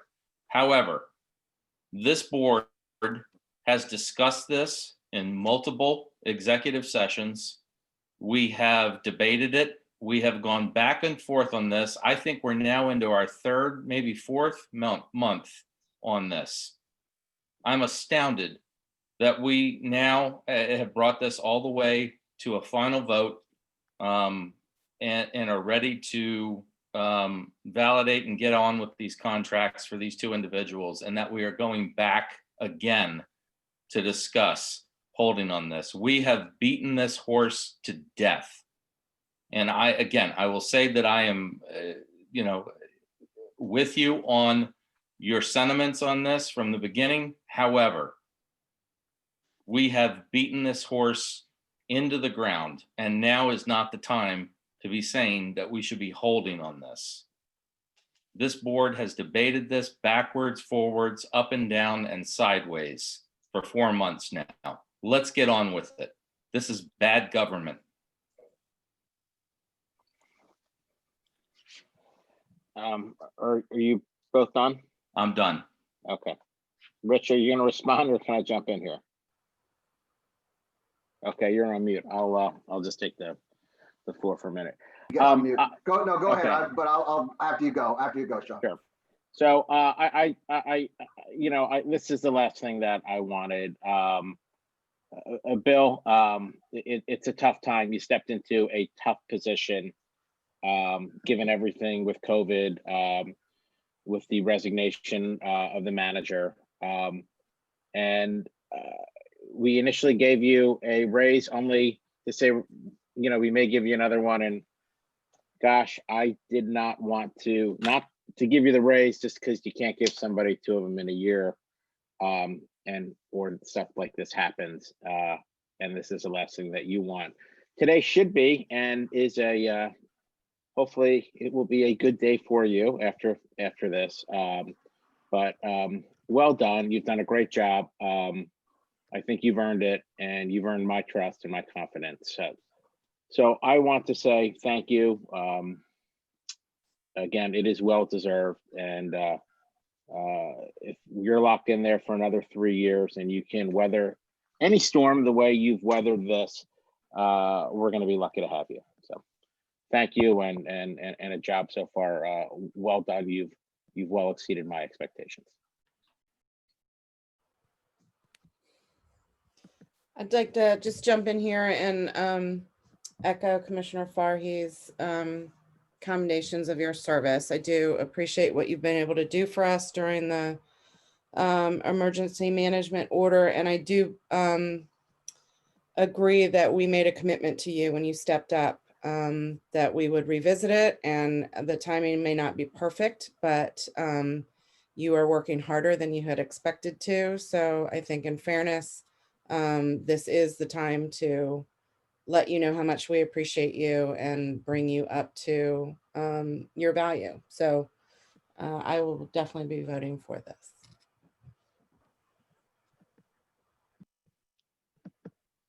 Anyone else want to go? Okay, I'll just echo certainly what Commissioner Farhi and Commissioner Mulrooney have said. Bill, thank you.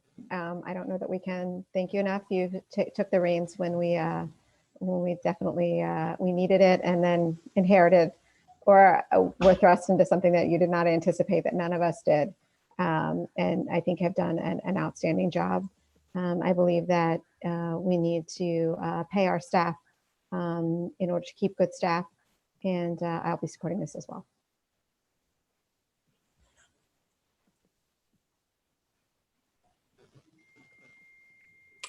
Mr. President, I don't take this as this isn't a reflection of Bill's work. I think Bill has done a fine job since being named the permanent manager, but similar to Commissioner Booker, I've opposed having these discussions during COVID since we brought this up several months ago when we took the interim tag off of his title. At that time, I voted against that process. And we were told that we would revisit it when we came out of COVID. Well, we're still in COVID. So, my understanding was we would have that conversation whenever that situation ended. We haven't come through it yet. So as everyone knows, during executive session, I voiced my concerns and my frustrations with the continued process. So for that reason, I'm not comfortable voting on this at this time, and I will vote against it.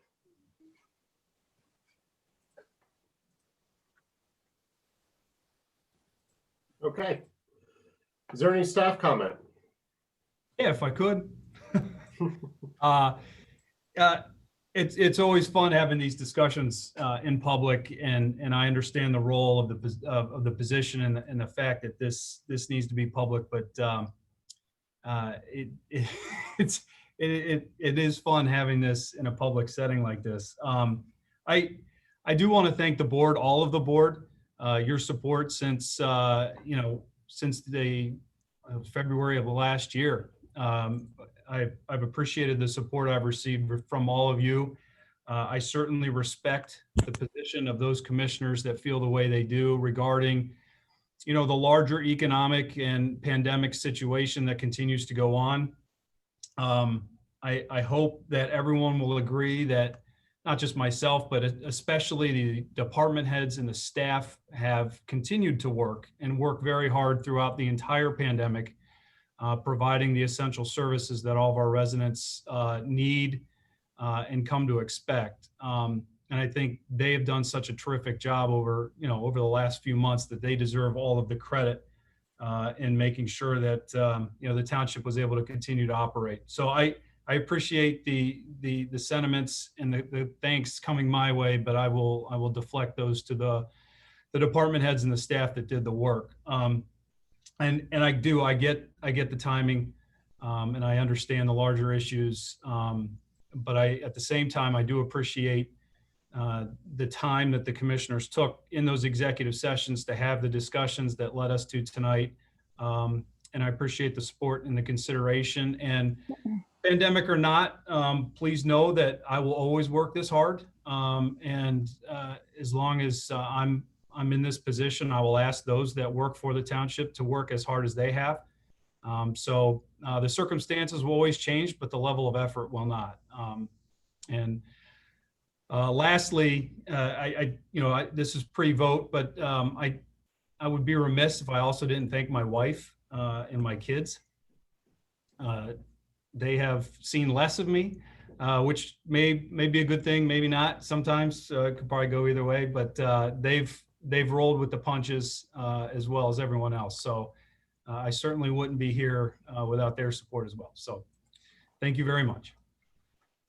Just one more quick thing, Bill. You've worked two jobs because we've had Bill last year or 2019. We had you, Bob Zinkowski, and Bill Tate. Now you two are working three jobs, so I think that needs to be said. So once again, thank you.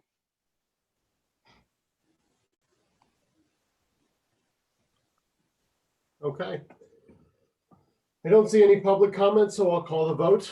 All in favor, say aye. Aye. All opposed, nay. Nay. Motion passes 5-2. Moving on to item 4F, resolution number 2021-09, entering into an employment agreement with Christopher Flanagan as Superintendent of Police. I will so move. Is there a second? Second. Commissioner comment. I again reiterate my comments. Again, this is the timing of this when we are expecting, when people we're sending out trillions of dollars in government money. It's the wrong time to be entering into new agreements, which have, and I would argue that this has got greater impact because it's not an MOU, it's an employment agreement, which affords additional rights and privileges. It offers less flexibility to the township. Again, the timing of this, I disagree with doing this right now until we get out of the lockdowns. Asking the constituents to take less by the people who are paying themselves more, I think is wrong to do. I'll speak. Chris, you stepped up right after Bill Calarulo left, and I'm pleased to be supporting this. You've stayed apolitical, non-political. It may be tough, it may not be tough. You do your job. You're a leader to the people that keep us safe. And again, with COVID, and you've worked a bunch of jobs and details, and I'll leave that there. But the thing that's so great about you is that you're not afraid to get back involved in the community. You had it's pretty much all you when you did that block party for Garrett Hill. I know that when Villanova has a football game or a basketball game, you're on your motorcycle driving around, taking that chief badge off and just being a regular policeman, understanding the people, talking to the people, keeping your ear to the street, and just being a regular guy as well. So, again, thank you, and for the staff that you run. You've kept us safe, and thank you. And you have my support, and I think the township should be like Bill White should be honored to have you locked in, hopefully for another 3 years. So, thank you.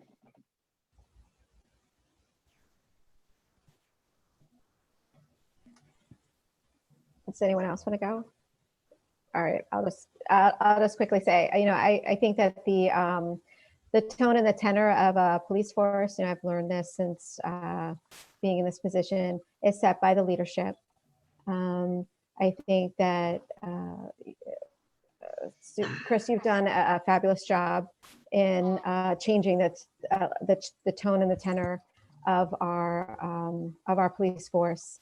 I believe you have you've fully integrated into the community in a way that was needed and I think necessary. It's been very positive, what you've done for the schools, for our churches, other religious organizations, stepping up in times of stress and difficulty over the past several years, not just recently, but the past several years since you've been at the helm, has been exemplary and I think much appreciated by the community. So I, like Commissioner Farhi, am much appreciative of the work that you've done, the effort that you've put forth, and I will be supporting this as well. Because I do believe that you do need to pay good people in order to keep them. And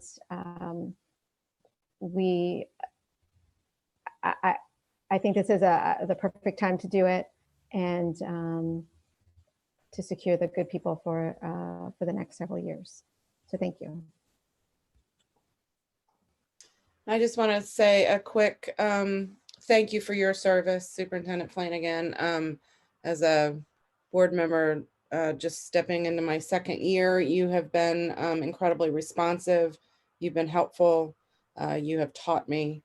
And I do really appreciate how much it shows that you care about each resident, from the smallest issue to our larger issues of safety during a pandemic. So you really stepped up this year, and I've been proud to work with you, and I will be supporting this.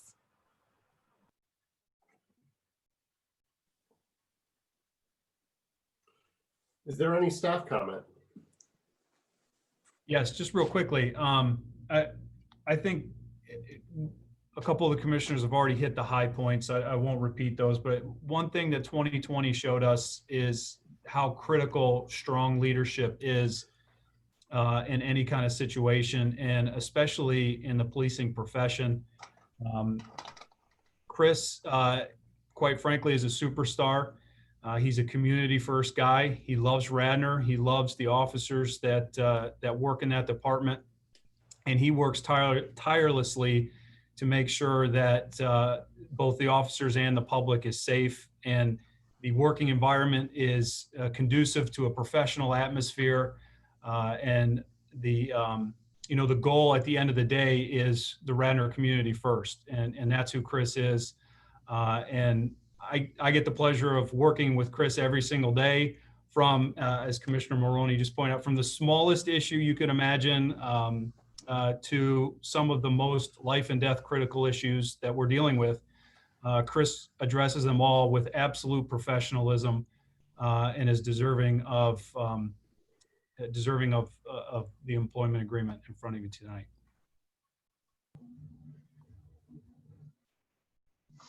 And Commissioner, if I may speak. Please. I just wanted to say, well, one, I'm glad Bill's hanging around, because he is a great boss and has fostered a level of excellence with the phenomenal department heads in Radnor Township during, I'm going to use what we used in our presentation, because it was a group effort, unprecedented times in our unprecedented service during those times. And it actually said performance, because I read it. But the unprecedented performance by everybody in the township, from the newest employee to the most senior, was part of a team effort. And this is more than a job to me. It's a way of life, emergency services. And I couldn't be more proud to be the police superintendent in this phenomenal community from every corner of our township, and serving with the phenomenal township employees and one of the best police departments that I've ever had the pleasure to serve with. I'm here. So no matter what you guys decide, and there's business to handle, and there is a pandemic, I agree, that's had devastation. I'm here to loyally serve the commissioners, the community, and the police officers of the township and make sure that the job gets done, and it will not fail no matter what goes on. And I'm actually glad this discussion is out in the open, because that's what we're about here at Radnor. And I look forward to the future and working with all of you, regardless of what the outcome is on this situation.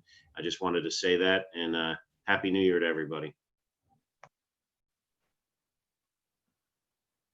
Thank you. I see.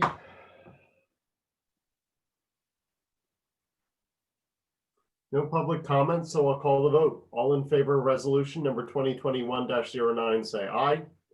Aye. Aye. All opposed, nay. Nay. Motion passes 5-2. Item 4G, access to COVID-19 vaccine. Commissioner Borowski, I think this is you. So my question was, we've all been hearing a lot about it. Actually, I know that Delaware County Council provided an update around starting to talk about scheduling people for the phase 1B. I know that Commissioner Enderle has some information around our first responders, and so does Chief Flanagan and probably Mr. White.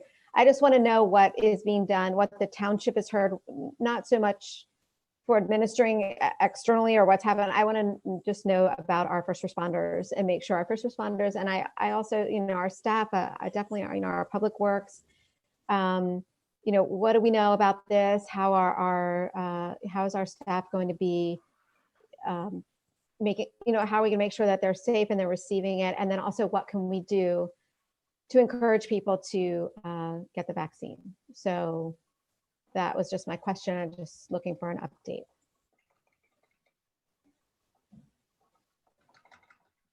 So I'm happy to give an update as it pertains to Radnor Fire Company. I had conversations with Administrative Director Brazunos yesterday, who was also the COVID safety officer for the company.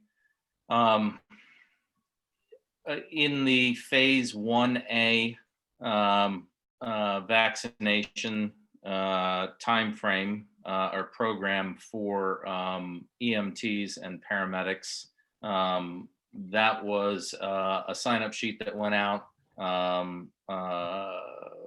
EMTs and paramedics at Radnor were highly encouraged to sign up, and through Chester County, at Chester County Hospital, get the first vaccination. As of yesterday, the number of full-time, part-time employees that have actually gotten the vaccination is about half. That runs concurrent, according to Eamon, with Berwyn Fire Company. There's probably a number of reasons, for that. I won't get into that.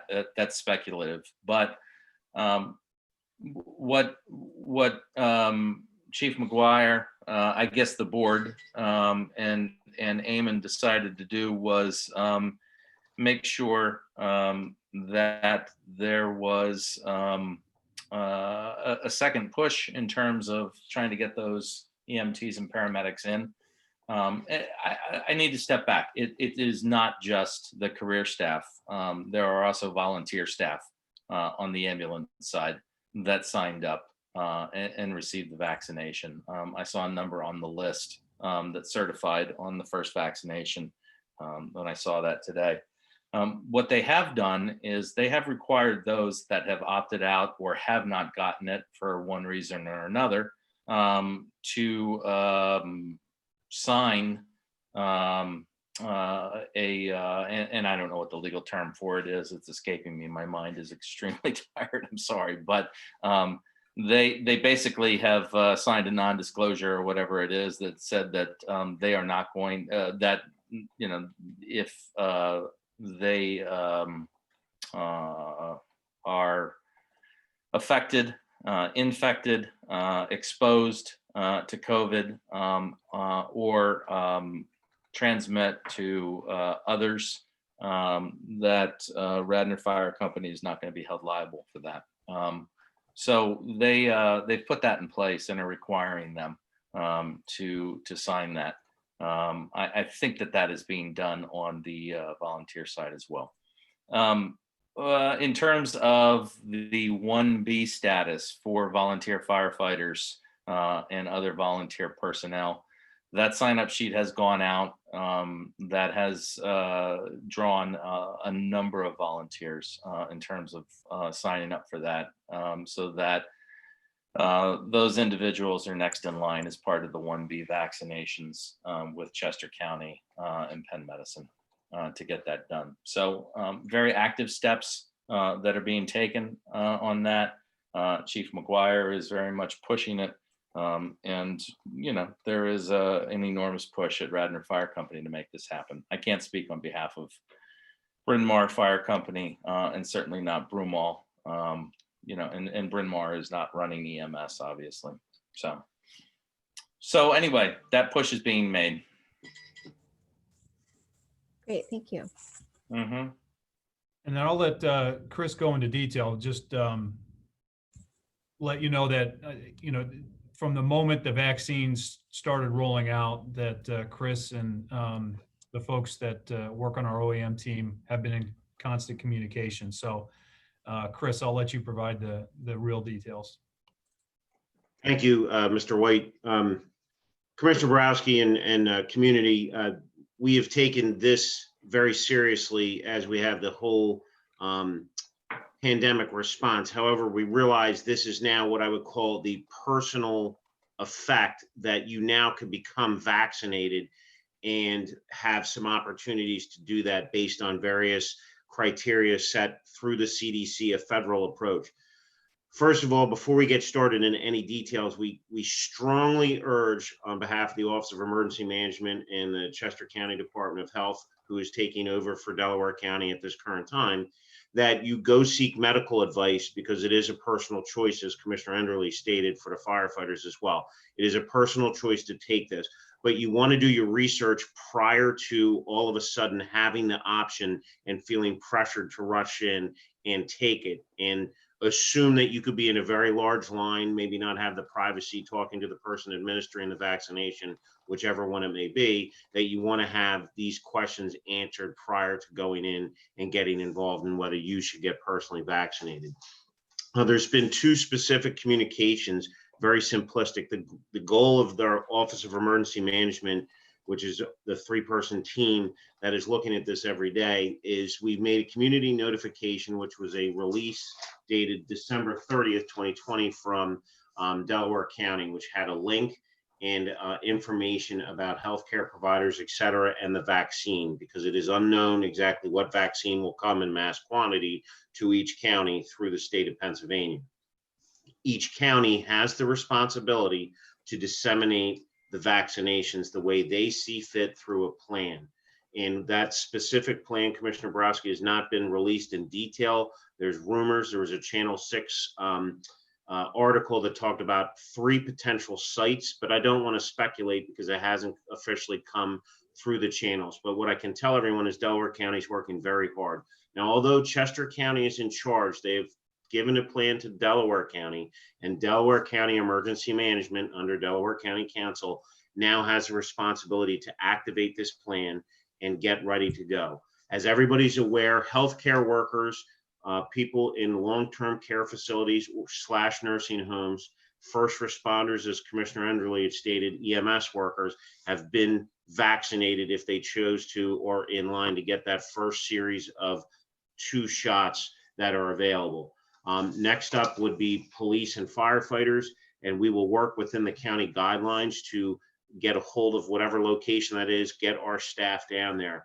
The second communication that went out, Mr. White asked the executive team to meet. Mr. Tate and I are working with our counsel to make sure that if somebody doesn't want to get the shot, that we're well documented and that we understand all the relative issues related to that. And we are working with our employment counsel on that. However, a message went from the Office of Emergency Management to every township employee and department head stating that we're on top of it. They are listed in either 1B or 1C for vaccinations, and we will keep them apprised of those. The other thing that has happened is some of the private entities such as Penn Medicine, Mainline Health, and other places are gearing up to get involved in this, along with private pharmaceutical companies such as Rite Aid, Walgreens, and other things who have been hired by the state to go vaccinate those in nursing homes. We've also reached out, the OEM has reached out to our nursing homes to ensure that they've had everything that they need and anything we can bounce back to reduce, most importantly, the loss of life in those facilities and keep their healthcare team working so that they can maintain control of the normal duties that go on. So as it continues to approach, we will support it. Under the authority of Mr. White, we sent an email correspondence to both Delaware County and Chester County Health offering township facilities as a potential physical site should they decide to either bring it to Radnor or base it on township locations. So Radnor Township was one of the first to get that done. We were very honored to be able to offer that because it is such a life-saving mission. And both of Delaware County and Chester County are aware of our offer to do that. Our goal at the OEM is always to only present information that's been bona fide and vetted out. Some of our employees from their private physicians have obtained emails saying, oh, I'm supposed to get a shipment and I'll send an email out to get it. Our position is generally get it from a licensed healthcare professional, the proper vaccination, and get it as soon as possible. Whoever gets it first, because we have to literally vaccinate the world, the United States, the state of Pennsylvania, and of course, Radnor Township and Delaware County. There's a lot of moving parts. And every day we jump on, there was 2 video conferences that Commissioner Borowski referenced today. One was from Chester County Department of Health, was to find what Delaware County's responsibilities were. Delco had one where they talked about some concerns with where we're at and that they're gearing up to do this. And once a formal plan with no speculation comes out, we will make sure it's disseminated to the manager, commissioners, and of course, the community. That was my quick synopsis. Did I answer your question, ma'am? No, I think that's, thank you very much, Chris. That's very thorough and I appreciate that. Will we be able to link from our township site to the information that is on the Delaware County site? Because I know right now they have a questionnaire up for people to fill out if they're interested, if they're in the 1B group, where people, I guess, will fill it out and then they'll get an email back at some point when they're ready to start and scheduling appointments and things like that for people to get the vaccine. Will we link to that? Because I know a lot of people may not necessarily be following what is happening from the county. So, ma'am, our plan is to meet tomorrow. The second virtual conference went on today through 4 p.m. So on our email, or our posting on December 30th, it does have the link for where you can register to receive direct information. You just have to touch it. And that did get posted by Molly Gallagher, our PIO, once approved by the OEM. Tomorrow, we plan to relink it out. What I do like, and I'm not selling anything, the Chester County Department of Health, which if you go to Delco and you just click on that, or you go to Chester County, on the bottom of their website, there's a vaccination, and you can click on a button that talks about where you're at, what age group you fall in. It's very clear because some of the information is just bounding and it's hard to. Bottom line is, if you are a resident, visitor, or business owner, give us a call at the township. Call the main desk. They will get you to the Office of Emergency Management. One of our professionals will get you to the right person, whether it's Delco or Chester County, to get you the answers you need. We are here for you, and we will get that done. So we will refresh the links, but we waited through the meeting today, and we'll repost something that's streamlined, man, that allows people to quickly just hit a hyperlink and go right to where they need to go. great, Chris. Thank you, Damien. Thank you, Bill.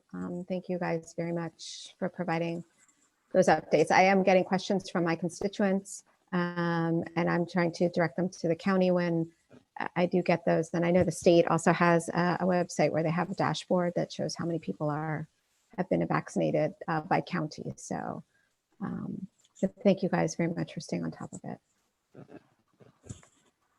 Great. Do we have any state reports of?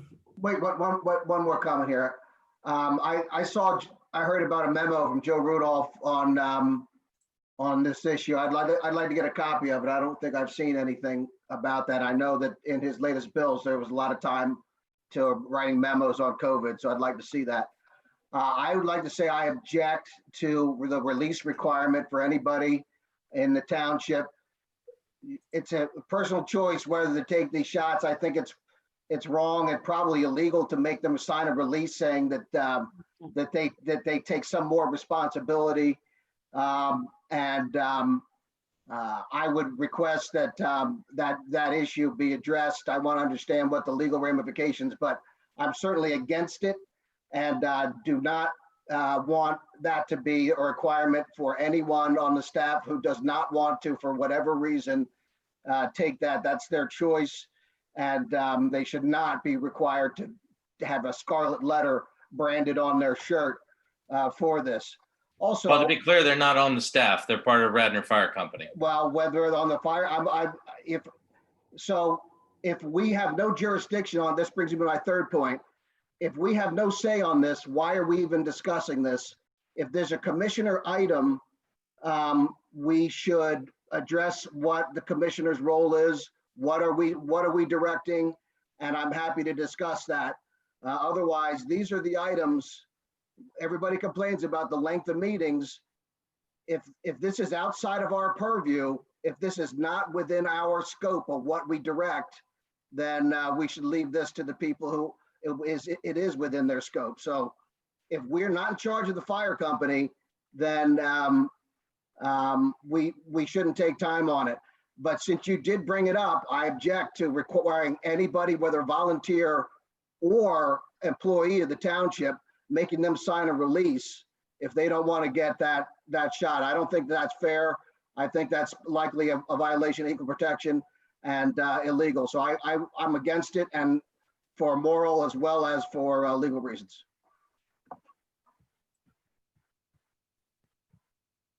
Please send a copy of the memos from council as well. Thank you.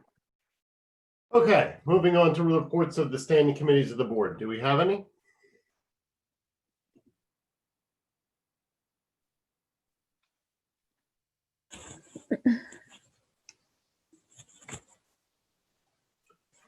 Hearing none, we'll move on to new business. 6A, discussion of stormwater management issues related to holiday storm. This is my request. There's probably going to be other commissioners who have things that they want to talk about with respect to this storm, and I very much want to hear them. To get the discussion started, though, I wanted to say this. I have consistently told residents in my ward that we have no ability to plan for 100-year floods. The storms that come once every 100 years are the kinds of things that we are unable to detain that volume of stormwater for and fix that problem. It's too expensive, it's too big, it's just not something that we can do. But don't worry, because frankly, if we're able to plan for the 10-year storm and the 20-year storm, you're covered for a period of time that is long enough that you really don't have to worry. If this is something that comes around once a century, we can live with that. The problem is that we've had, I think, 400-year storms in the 3 years that I've been on this board. 100-year storms, as I think we all know, refers to the statistical frequency with which certain storms with certain characteristics may show up. It's not a guarantee that they will only happen once every 100 years. And while that statistical frequency may have had some traction against what we would actually expect year-wise in the, I don't know, 80s or something, that's just not the situation that we have today. The problem that we now have is if we really are unable to plan for the 100-year storm, then what we're essentially telling residents is you can expect your car to be flooded out once a year. You can expect your basement to be flooded out once a year. In some cases, you can expect your first floor to be flooded out once a year.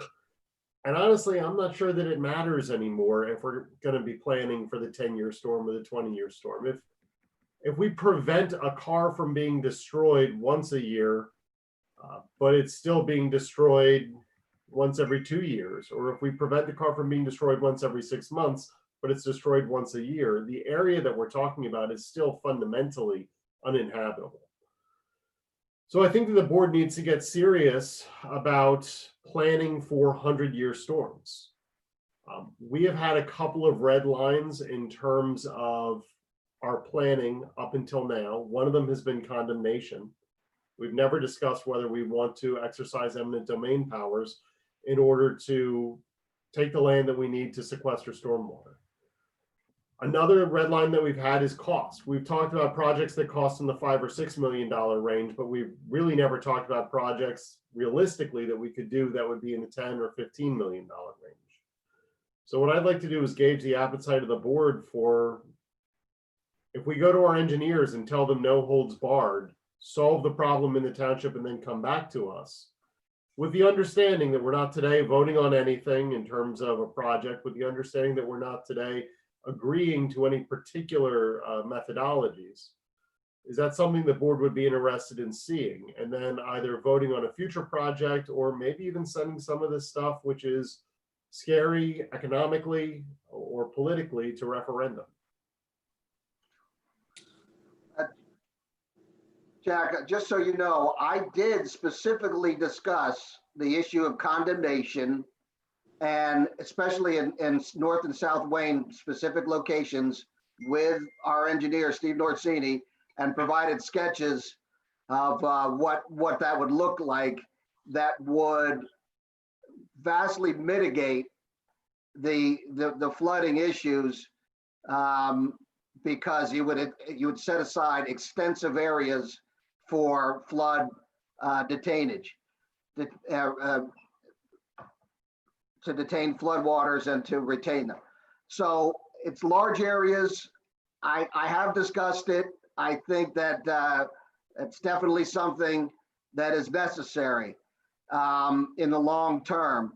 I think in the short term, we are continuing to overdevelop. We continue to grant waivers, and we are only exacerbating the problem with our own land development practices and policies. So until we get serious about really talking about land use and how it affects this, we're really just exacerbating the problem. And we should consider, if you're going to consider condemnation and spending tens of millions of dollars, we really need to consider also construction moratoriums and other larger impact items. Finally, we talked about, I'm worried about people. I hate cars getting flooded out. I hate that. But there's two items. Number one, we have to keep the storm drains clean. Part of the flooding we had this time was there's a lot of debris in the storm drains. If every storm drain is working and flowing freely, we're going to reduce the impact.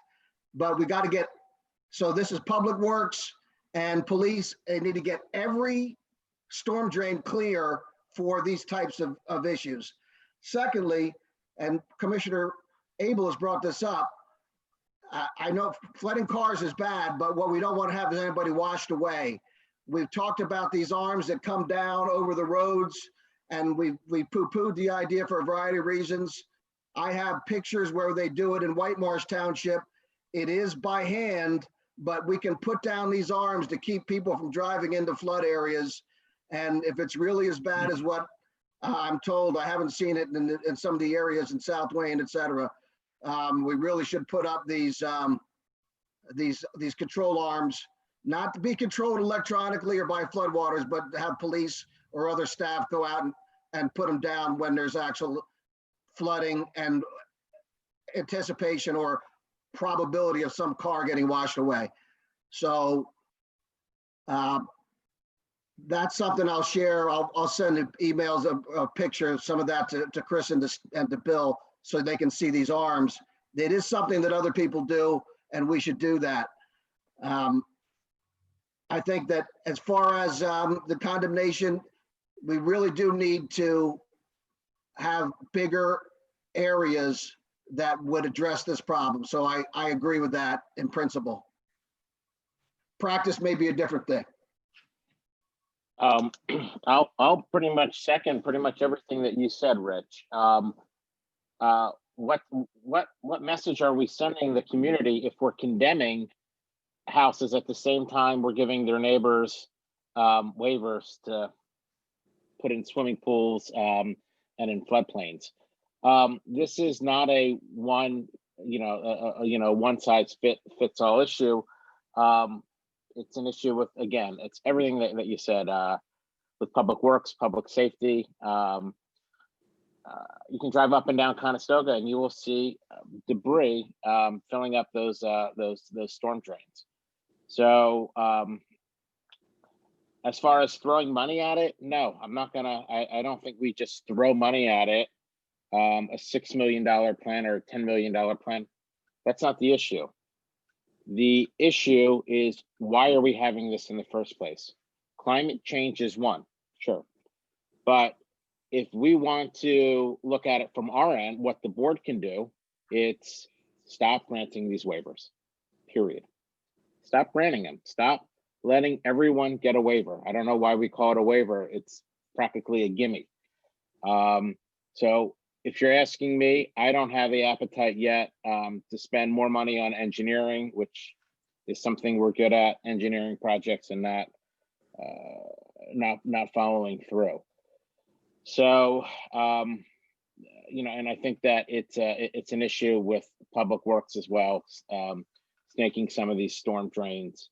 And when we get a weather forecast where we know it's going to be raining, to go ahead and to have a checklist. And I think the storm drains are the first thing. So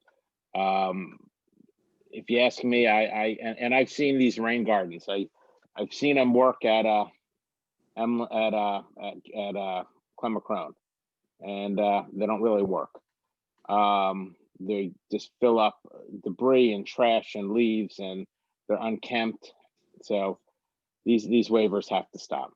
It's the board's responsibility to be not only fiscally responsible, but this is a health and safety aspect. And if we don't do something about it, we're going to be risking not only property, but possibly lives. So it's my 2 cents. I'll weigh in and agree with everything that has been said. I agree with you, Jack, on the points that you've raised. I agree with many, if not all, of the points that Commissioner Booker has raised, as well as Commissioner Farhi. In addition to that, this board has before it, and previous boards, I know a number of stormwater projects. I think probably across all of the wards. And I know that we've talked about the bond issues around it, how to fund it, how to get started. It's clear to me that probably due to COVID and a number of other reasons, but also probably just due to the way that we're structured within the township staff and Mr. Norsini's department, that we don't have the bandwidth and perhaps the number of personnel in terms of project management and engineering to deal and to get these top line items in terms of stormwater moved down the road. I will use the South Wayne parking lot and the connection to the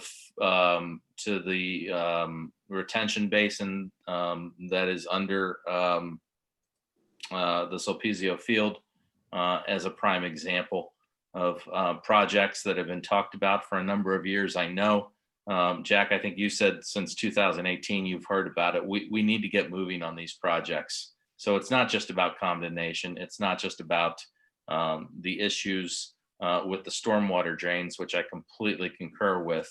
This last storm and the fact that there were leaves still on the streets throughout South Wayne, throughout North Wayne. My phone is probably all the commissioners' phones were ringing off the hook with people frantic and worried. They know what that means when those leaves are still in the street. and a massive storm like we had on Christmas Eve is coming our way. And I agree completely with Commissioner Booker. It only added and multiplied the problem exponentially. So we need to address these things. More than anything, we need action. And condemnation, I think, should be on the table. I don't know everything that's involved with it, much like I don't understand all of the issues in terms of many of the planning things that come before this board. But let's explore it. We're not voting on it in terms of specific projects and making it happen. So let's explore it. I think all cards should be on the table on this. So I'm for it. Yeah, let me just make a comment on the storm drains real quick. And Rich, I understand your point. We could have had 100 public works guys out in that storm, and we still wouldn't have cleared those drains. And here's the problem: is that we're doing leaf collection, and we get hit by a snowstorm. So those leaves are covered; they're on the street, and then we get a downpour that takes away the snow, and then the leaves blow into the storm drain. So if we're trying to avoid clogged storm drain pipes or drain sewers, we probably should think about how we do leaf collection, and we should not allow residents to put leaves up on the street till the week that they're being picked up. So they're not sitting there. I mean, in my area, they sit there for a couple weeks at a time because people do leaves and then they wait for the collection to be picked up. In that time period, any number of storms could hit. So the public works are always going to be behind the 8 ball on that situation during this time period. So that's what I'll say about the storm drains. On stormwater projects, Jack, I mean, I just want to take a step back. I'm not clear what problem you're trying to solve. Like, are we trying to solve flooding? Yeah, I mean, so because we make it a point to say any project isn't going to prevent flooding. Correct, and I think that we need to stop saying that. The reason we have said there is no project that will stop flooding is because there have always been floods in Radnor Township that are so enormous that we have heretofore said that we will not have the ability or the space or the money to create infrastructure that will handle it. But the problem is those floods are now occurring so frequently that we need to either, I think, condemn the areas, and when I use the word condemn in this sense, I mean just say they're not fit for human habitation anymore, or we need to find a way to solve the problem of the massive storms. Because it seems like we're going to have one, sometimes two of these major flooding events every year. First off, there's massive property damage. I've got to imagine there's hundreds of thousands or millions of dollars of property damage that occurs every year. And more importantly, someone's going to die. It's just a matter of time. Someone is going to die.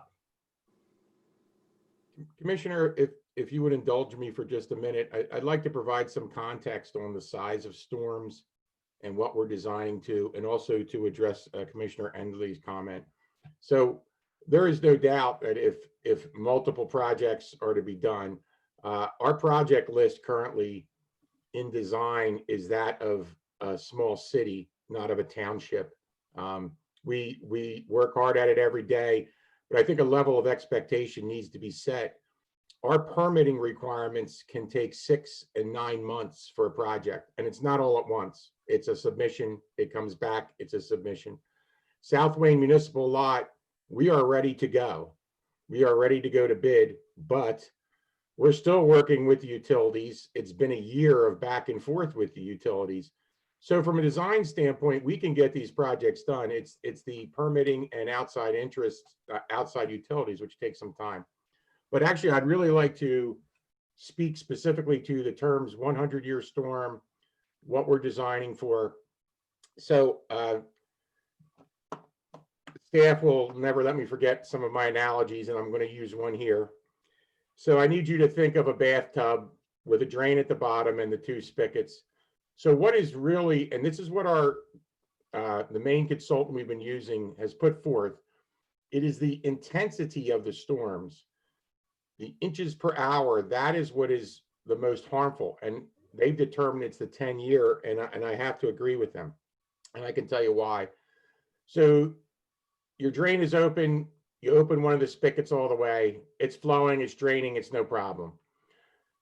That drain is your storm sewer system. You open up all the spigots on your bathtub all at once. Well, eventually that tub is probably going to overflow. The system can't take it. Why? It's not that it can't take 100 gallons of water. It's that it can't take 100 gallons of water in a certain amount of time. So I'm going to try this. So if you could please let me share my screen in. If not, I'll go back to plan B. You also have to share your screen, Steve.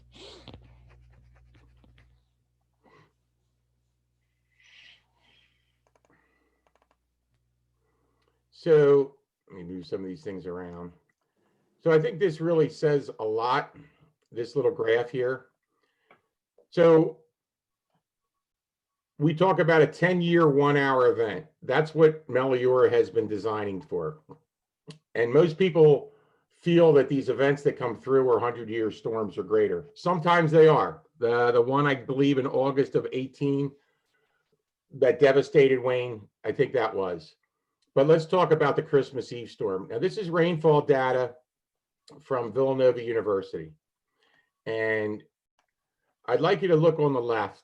And on the left, you can see by the hour the amount of rainfall, right?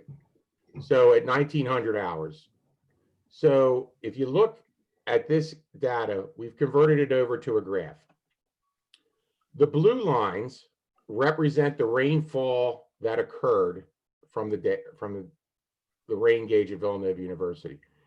If you look at the items I highlighted in red, that is the most intense portion of the rainfall, right? Is the most intense. It's not what we got all over a 12-hour period. It is the intensity, and that is the affecting storm.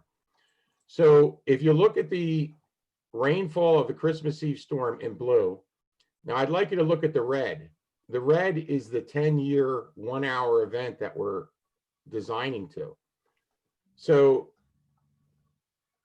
had the North Wayne floodplain creation project been installed before Christmas Eve, instead of feet of water on Poplar Avenue, there would have been inches of water on Poplar Avenue.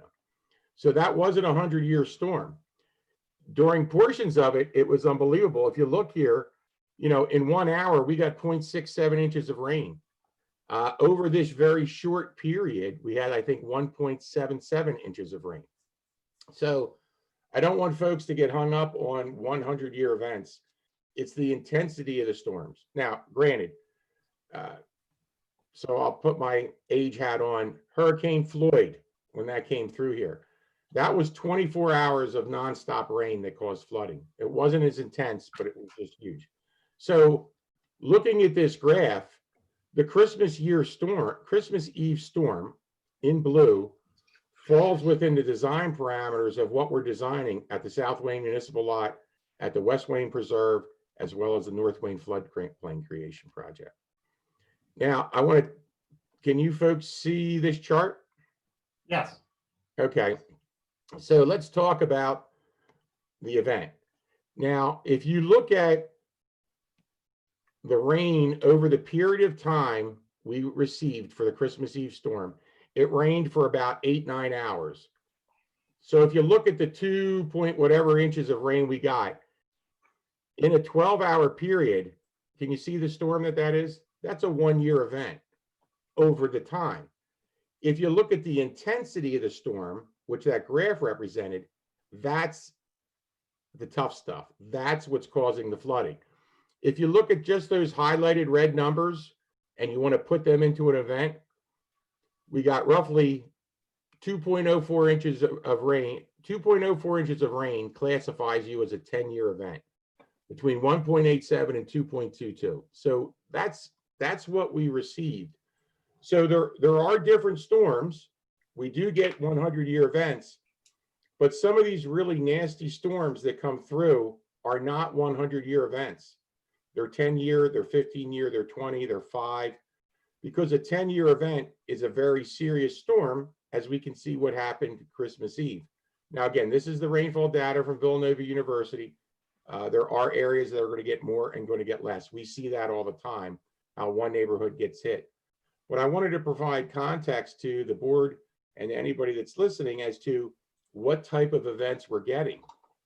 So this allows us, again, to see that to design to the 10-year 1-hour event would address, to a point, the storm that we had on Christmas Eve. Like I say, instead of feet of water on Poplar Avenue, we're talking inches of water on that Poplar Avenue. And that's similar in front of the firehouse in South Wayne. As frustrating as it is to the commissioners, you have no idea how frustrating it is for me to work with and have our consultants work with the utilities to get some of these relocations done. But we're working on it to bring these projects to bid for you, and the manager will show you some funding mechanism. So I just wanted to put this out there for everybody to understand. It's not the 100-year event all the time. It's the intensity of the rain. It's getting 0.11, a tenth of an inch, a quarter of an inch, over half an inch of rain in less than an hour. That's what is the most frequent flooding event we're getting in the township. Not that we don't get the 100-year events, not that we don't flood from the 100-year events, but these storms seem to be what we get most frequently that cause all the problems. And I'll try to put something together that shows more of these storms in the past. So I appreciate you for indulging me, and I will stop sharing my screen. It's extremely helpful. Thank you. Yeah. No, this is very helpful, and frankly, I find it encouraging based on the projects that we've discussed, Steve. Yeah, that's helpful to see. I maybe want to retreat from focusing on the 100-year storm. My interest is we need to stop the major flooding that happens every year. And if what you tell me is the North Wayne Floodplain Creation Project is going to solve those floods, and the ones that are, you know, the ones that we had in August 2 years ago, the one that we had last year, the one we had this year, we can confidently say that all of those would be resolved by that project, then I'm perfectly happy to say let's just pursue that more aggressively than we have before, using all the tools that are at our disposal. If when we go back to the engineers, they say there's going to be some larger storms that, based on what we're seeing in recent storm activity, are going to continue to wallop Radnor Township. Maybe not every 100 years, but instead every 5 years nowadays, then we need to come up with additional, not instead of, but additional projects. And those storms will come, Commissioner Larkin. So the 10-year 1-hour event, that's what Melior's design standard has been for the large projects that are currently nearing completion on design. The 10-year 1-hour event nets about roughly 2 inches of rain in an hour. And that's an incredible amount of rain, but realize that intensity falls within the 10-year event. There will be a 50-year event or a 100-year event that will cause flooding. But based on their analysis, these were the most frequent damaging floods we got. Not the only flooding, but by far the most frequent. Yeah, that's great, but I think that we need to plan for the larger storms as well at this point. And just to, I do need to caution you. And so when you said, you know, we never want to say that this will stop all flooding, that's a tough one. So even back to the old Chagrin Valley report, where we buy 39 homes and create huge floodplain through Wayne, even that won't stop all the flooding, right? There's always going to be the potential for a storm that can overwhelm your system. And it's really just because of the geography, the topography, and Commissioner Booker touched on it, you know, the density of the housing here.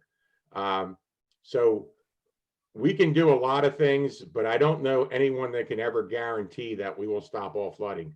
We can reduce it, we can reduce the probability, and we can give it a good, quick, swift kick in the butt, but there's always the potential for a storm of some sort to come out. It's the hardest conversation to have when you step out of your house at 11:30 this morning, as I did, to just go for a walk around the block in between conference calls, and you're stopped twice by people wanting to know how you're going to completely change, the flooding that's going on. And it's hard for people that move into this area to understand. I have residents behind me on St. David's that moved from Florida. They have a hard time believing that there is a creek underground behind their house. They have a hard time believing that Radnor Township can't do something about the topography of Ithan Creek, which has been there for hundreds, if not thousands of years. They just don't get it. But I understand you have these conversations probably all the time, Bill and Steve and other commissioners, but it is the hardest thing for people to understand. You're not going to change topography. You're not going to change the climate. If I could just add one thing to Commissioner Booker's point. So the manager was kind enough to insert this in the stormwater fund budget. We are required by DEP to update our stormwater management ordinance in 2021. I would recommend to the board, as opposed to amending it, I believe we're due to rewrite it. Our current ordinance was adopted in 2005. 15 years in stormwater is like dog years. So it is indeed, and not to go off on too big a tangent, stormwater management ordinance can address what gets built, but obviously your zoning ordinance dictates what is built. It's the density, right? It's your land use. So there's a lot of moving pieces to addressing what is built and how, and you have the power to change, amend ordinances that may, or that may meet your needs. Zoning addresses your land use, land development addresses how that goes from there. And then stormwater, in our stormwater ordinance, we say, okay, if you're allowed to build this, we'll make you do stormwater management for that. We do that all the time. But if you're concerned about density or how high or how wide or how much impervious, that you address in your zoning ordinance. And I appreciate you very much for indulging me for a few minutes. I'll get out of your way. I do just want to. Let me, Jeff, if I could just ask Steve a question, and you may know the answer to this, Jack. I think there's one aspect we're overlooking, and that is Radnor is what, downstream or has a lower elevation than our neighbors in TE. Sure, different. So yeah, so if we do a project, how much is what they would build? I mean, that's obviously the big variable, that if they have tremendous growth and build tremendously, we would feel the effects of it. Is there any, can you speak to that a little bit? So the drainage area and I'm going to use to the North Wayne area of our township, the vast majority of it comes from Tredyffrin. It's 500 and some acres, and the majority of that comes from Tredyffrin. Now, just anecdotally, I'll tell you that acreage is older homes that predated their stormwater management ordinance, and similar to us and all the other townships, as people put additions or do knockdowns, those homes are required to have stormwater management. But I got one last story for you, if you will indulge me. So in a previous life, I was approached by the governing board, and they said, we'll give you X to stop this flooding, thinking there's this magic valve that I can install on a creek or in an area. And we had a very good firm come in, look at it. They proposed 5 very expensive, very effective projects that still would not do it. So unfortunately, the issue of flooding is not one so easy to say that if we do X, we're going to stop it all, or if we throw this much money. It does have a lot of moving pieces, and I do really request that expectations, we should set expectations when we move forward. When this board authorizes projects, I think it's my job to make sure you understand the ability, the capability of each project, and based on the probabilities, what effect you're going to get. So I'll make sure we make that very clear, as these 3 big projects will be coming up before you. Thank you. And I fully understand that there is no mechanism by which we can guarantee that flooding will never happen in the township. No matter how big a basin we build, it just, there may be a storm that's bigger than that. What I want to do is change our internal goal from we're going to do the best that we can, but we know that sometimes people are going to get flooded out. And hopefully it's not that often, to we're going to do the best that we can. And the goal is that nobody gets flooded out. We may never get there, but the goal is that nobody gets flooded out. Understood. Can I Or we just could make just build an ark. one more observation here. I'm actually less encouraged than the other commissioners. So what, Steve, what you're telling us is that it's actually the 10-year storms with an hour or two or three or four of high intensity that are flooding. And the issue is we're designing for 10-year, we're getting a 10-year storm and it's still flooding, so it's a problem. And to Commissioner, me, none of those projects that we've designed the 10-year for have come to fruition yet. So the three projects, the three flood reduction projects are the North Wayne Floodplain Creation Project, the West Wayne Preserve, as well as the South Wayne Municipal Lot. Those three, again, and that was presented when the project came up to you long ago. This is what Melior felt were the more frequent damaging storms, not the most damaging, but the most frequent damaging storms. all right, well, okay, so I think that the concern is we get a 10-year storm, not a 100-year storm, a 10-year storm of high intensity, and we're still having vast impact in the neighborhoods.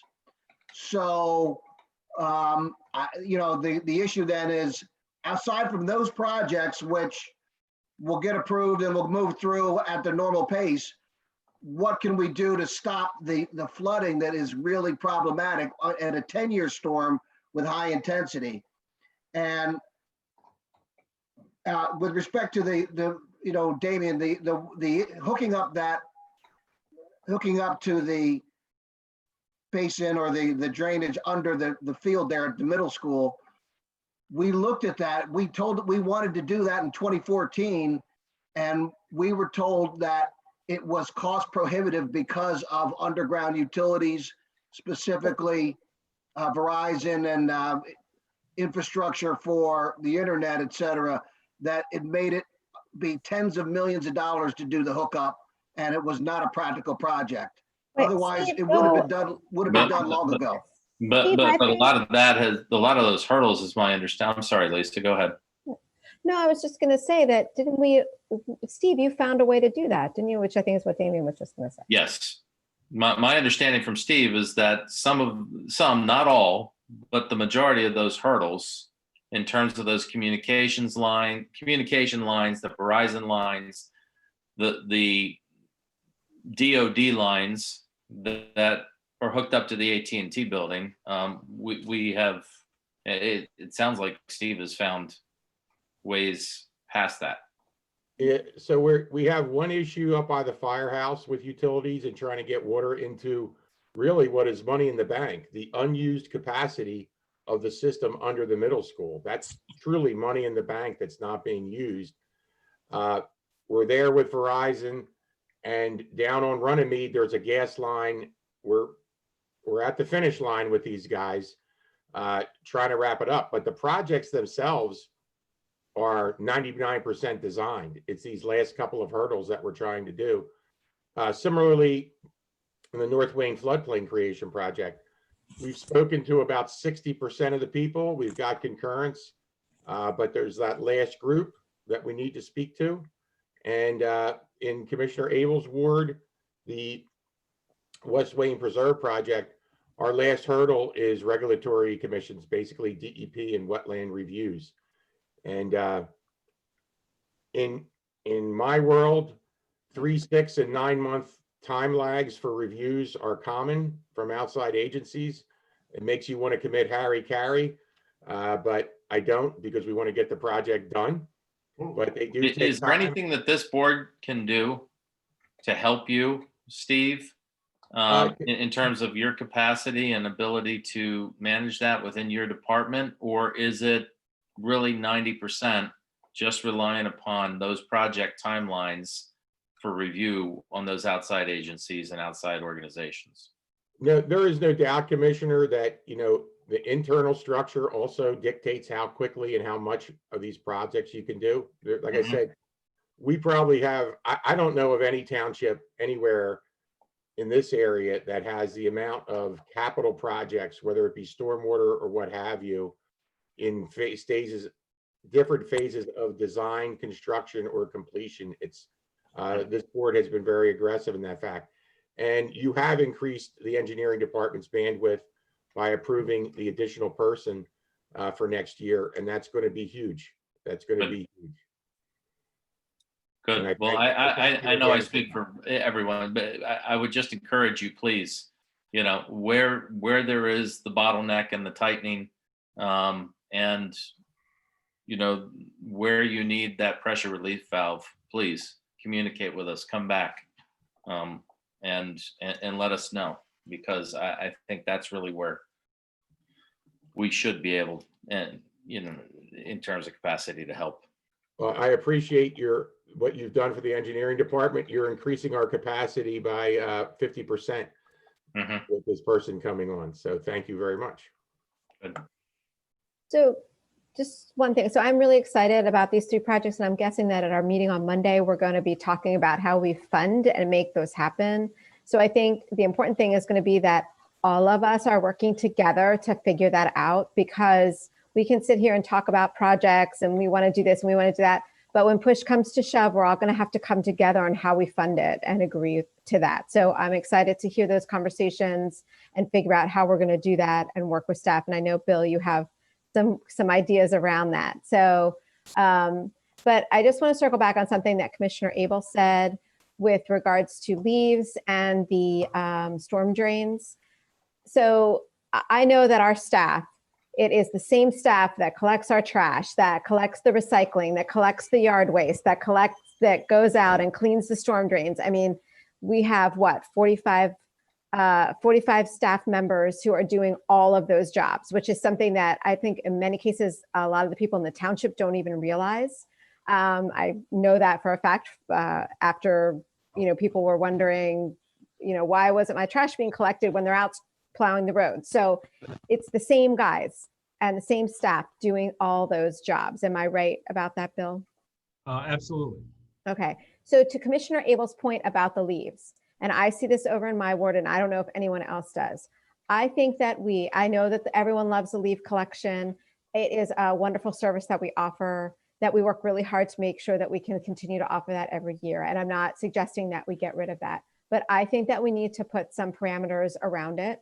I see some homes right in my area where the landscapers come and they blow hundreds of pounds of leaves to the curbs, or not even to the curbs, but to areas where it is impossible for them to be collected. And then I went around after the last storm and noted we have, pretty much all of our storm drains in our area are clogged with leaves, but it is, but Commissioner Abel is right. They get snowed on, they get hard to be picked up. I think a lot of times people are putting them in places where they are never able to be picked up. I will say that right in front of my house, or right in my neighborhood, right here, those leaves are in an area where I don't think they're ever able to pick them up because they're basically on a cliff.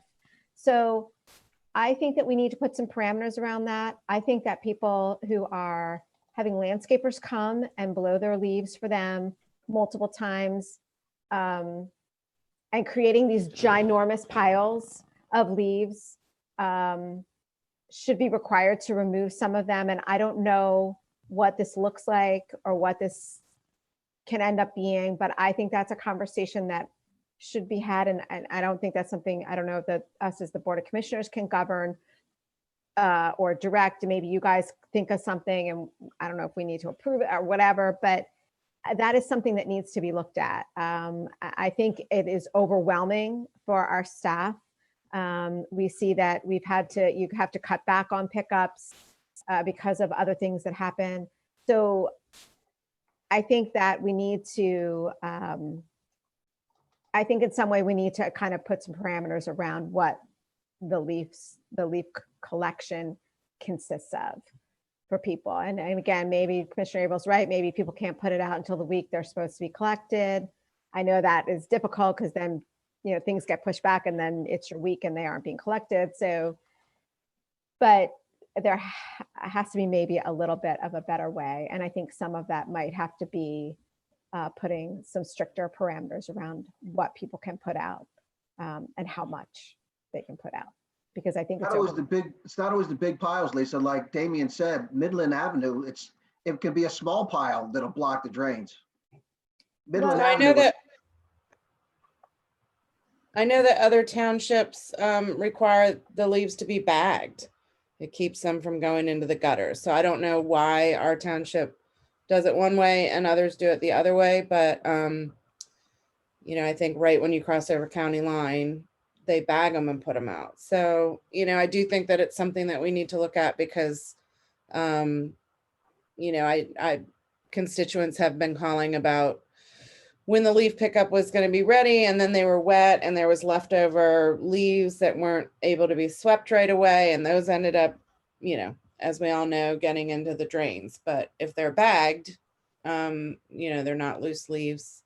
So something that we should consider. I agree. Well, just real quickly, a couple thoughts on everything that was discussed. So, you know, I appreciate the comments about Public Works. I'll stick up for them a little bit. The timing of that storm, I mean, we've already touched on the fact that that we had the leaves out and not collected, but it was also Christmas Eve, so that limited the number of staff that were available to come in. Chief Flanagan and the OEM folks were nice enough to put the email out to all the board that recognized the staff that did come in on Christmas Eve to work that storm. So there's always a number of dedicated folks that'll come in, but the fact, I mean, we had the leaves, and actually the problem started weeks ahead of that, just because of COVID and with contact tracing and folks having to stay at home and limiting staff, that, you know, that started the bottleneck in the leaf collection process to the point where it drug on as late as it did into December.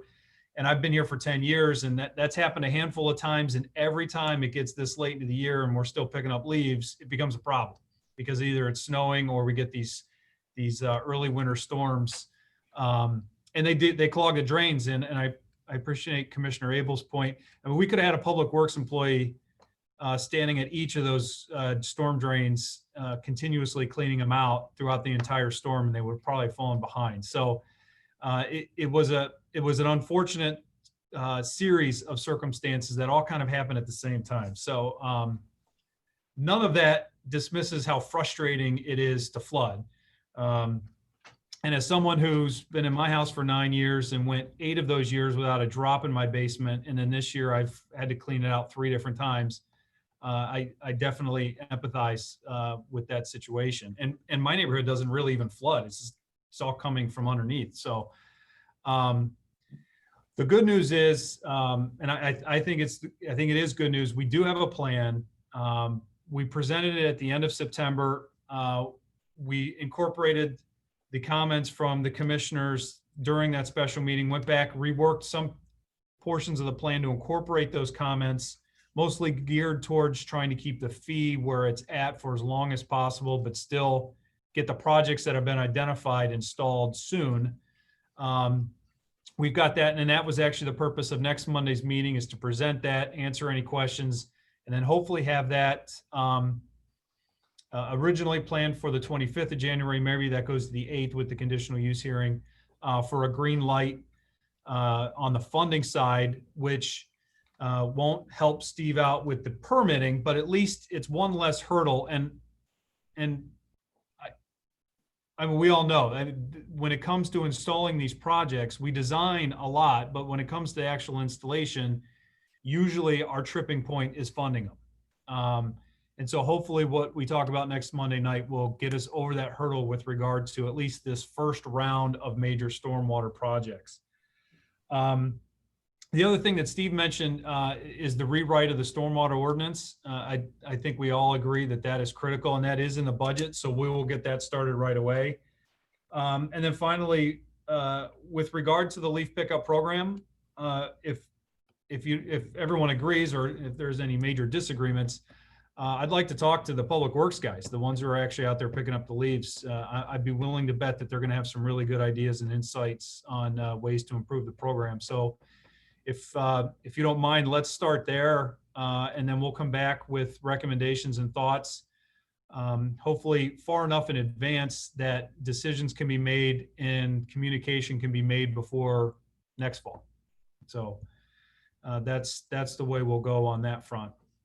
And then I'm sorry, one more thing with the condemnation thought.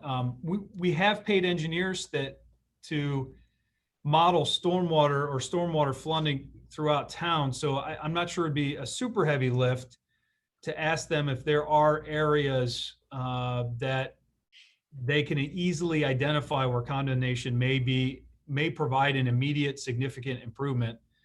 And if we could grab those, or at least identify those, bring those back to the board to have the discussion, that may make some sense and help us get moving on those if the board has an appetite to do so.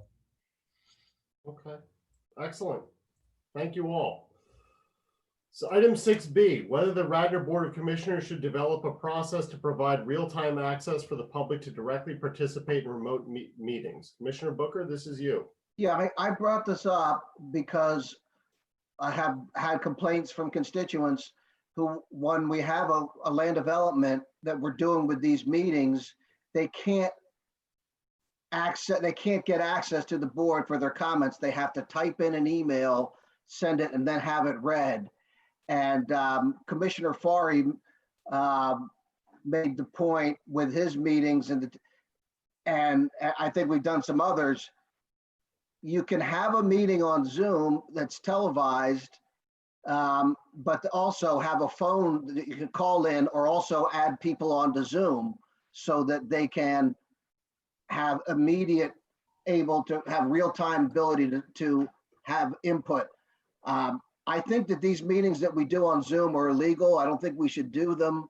When we started this, I asked John, we talked about it, and I said, John, give us a memo on it. I think that it's a problem, but if we're going to continue to have these, which is obvious we're going to, we really must provide real-time access to the public. And that's the issue I wanted to raise, and I'd like to have that. I'd like to have that done. We should have a call-in for these conditional use hearings and for these final approvals that are coming up even on the 25th. So I'd like to ask for that, and I'd like to see that implemented. That's it. There's a function on Zoom. I don't know if our account has it, but you can put it in webinar mode instead of meeting mode. And that way, we would be acting as panelists where we could have freedom of speaking, our turn, and all other people are only invited in when it's their turn to speak, and their camera and mic are turned on. At all other times, they'll be off camera and muted. So I know that's a functionality. I've used it in my work, and it works pretty well. And you can see the order that people have kind of raised their hand to speak. And, it allows sort of some control of, you don't have to leave people in a waiting room. They're sort of in the Zoom, but you decide when that time for them to speak is appropriate. So if we have that functionality, I think it would work well. I do agree with you, Commissioner Booker, that this is a difficult way to have public participation. So if there is a way to improve it, I would definitely like to hear what that could look like. So two things. First of all, I think we're going to have a consistency issue. The one meeting that we were at with where we had the conditional use in Jack's ward, residents were allowed to call in. So we need to offer the residents for the whole Trianon the same courtesy. I will say that I had a Zoom meeting regarding the Garrett Hill overlay and all you need is a telephone, and you can have public comment. So it's important. I learned my lesson very early on. People want to speak, to have to write it in. Sometimes you don't get the point across well. So I am for this. I think that we should have it implemented by next meeting. I'm hoping that we don't have to have a vote for this, but for the sake of transparency, for the sake of public participation, for residents to be informed, we really need to get this done. So I commend you. It's kind of a long time overdue. We've been doing these meetings for going on almost a year. And I think that we need to have further incorporation from our constituent base. Well, we have to enable people to participate in real time at the next meeting on the 25th, because they're gonna, at least there's gonna be the potential for people to be parties.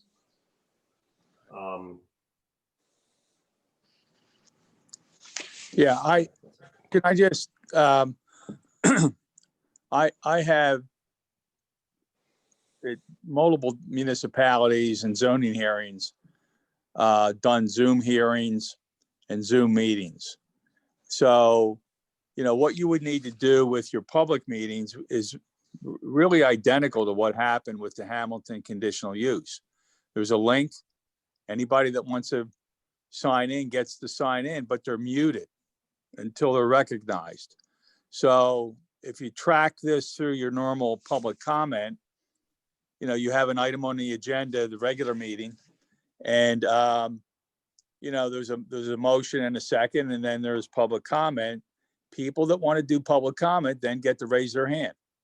So Ian or Jack, who's ever running the meeting, you know, then unmutes that person. And you go on. Anyone else? Is there any? So I've sat through many of those, and it operates well, provided that you have internet service and the power doesn't go down. You know, but it would be just like we did with Hamilton, where, you know, when, in terms of running that hearing, I just, you know, Ian told us who had their hand raised. They were identified, and then we moved on. So, and you're going to have it anyway for the 25th, because of 200 South Ithan, you're going to have a conditional use. So, you know, it's probably, if you want to move forward with this, you post it that here's the link for the meeting. And when everybody logs on at 6:30, you can look at the participants and see there's 35 people there or 135 people there. I've been on some township public meetings where there's 50 or 60 people logged on, and maybe only 4 or 5 have anything to say under public comment. So I think you know, the model is what happened with Hamilton. I think that's easily adaptable if the board wants to move in that direction. I think you still have to have your time limits, and you know, but that gives people real-time access and real-time comment.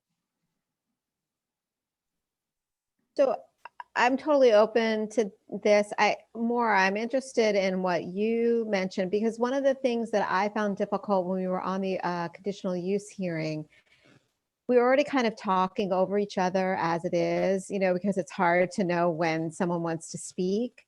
When we were on that, and there's so many people on it, there's multiple screens, and like on one screen you saw all the residents, and you could see maybe 2 commissioners, and then somebody else was like 3 screens beyond. You know, it's difficult to see everybody. But if what Maura was mentioning is a thing, so Maura, let me get this straight. You would only see, so you would see all of us, and then you would see people as they are identified, or, you know, I guess, whatever, identified to speak in some way. And you wouldn't, because it's hard, you know, like I feel like we do talk over each other because it's hard to see each other, and it's hard, you know. Yeah, I don't know. I'm just worried about that. There's a number of different tools, as Mars pointed out, within Zoom. It's the webinar function. Yeah. Okay. Okay, I've never used that, so. Yeah, it's actually, we find it to be useful. It's used, if you've ever done an online webinar, you're there, but they can choose to either show you or not show you. We could do it either way, but when you look at the bottom of your screen in Zoom as you are now, and it says participants, it would show sort of two categories of participants. You have the panelists and you have the attendees. So everybody who needs to be at the meeting, like staff and board, would be identified as panelists, and then attendees kind of raise their hand. They get open, their camera gets open and their mic gets open, but they can't unmute themselves and they can't show their own camera. Right, the control So by if they're by phone, the phone gets open. So it allows, Ian would have to, it might be a two-person on the back end kind of managing it, but we used it for, we had hundreds of people, and you raise your hand, you get at the top of the list, and the person managing it is able to call out, so-and-so will be next, and then so-and-so. It may take a little bit of training the public. We might have to do a how-to on the website or something, but it's easy. And I think after one meeting, we would probably all get the hang of it. There may be other functionalities that I'm not aware of, but that one comes to mind. Honestly, I think this is quickly going to become a mosh pit and unmanageable, but I'm certainly game to try. I'd be glad to be proved wrong. I think an open meeting, having everybody just allowed to unmute themselves would be probably too much to handle. Well, the unmuting has to be done by Ian. And who's ever running the meeting. I mean, no one gets to unmute themselves. The meetings. If you're in this style, you do. We all can. We mute and unmute. Well, the elected officials typically are unmuted, right, and can mute or unmute themselves, and you have that risk of talking over each other, but you've been doing that tonight, okay, and people get interrupted, they stop and they move on, but it gets out of control, unless somebody is muting and unmuting the public participants. And, that's the way I've seen it operate, just normal Zoom. I haven't done the other mode, Moira. I'm not sure how that would work, but it sounds like it would work well too. Yeah, it does take somebody on the back end managing it. Right. Somebody has to, no matter what, has to mute and unmute people outside of the board members. I would encourage, Bill or Ian to take a look at that function. It's the webinar function in Zoom. It might be an add-on cost, but it might be worth it. Yep. Actually, when we saw this on the agenda, when it was published, I know Ian and Molly started looking at it. I think that we were calling it something different, but if it's the webinar function or feature, then that's the way to go. What I would propose is let us finalize that the early part of next week, and then we can work with Jack and Moira.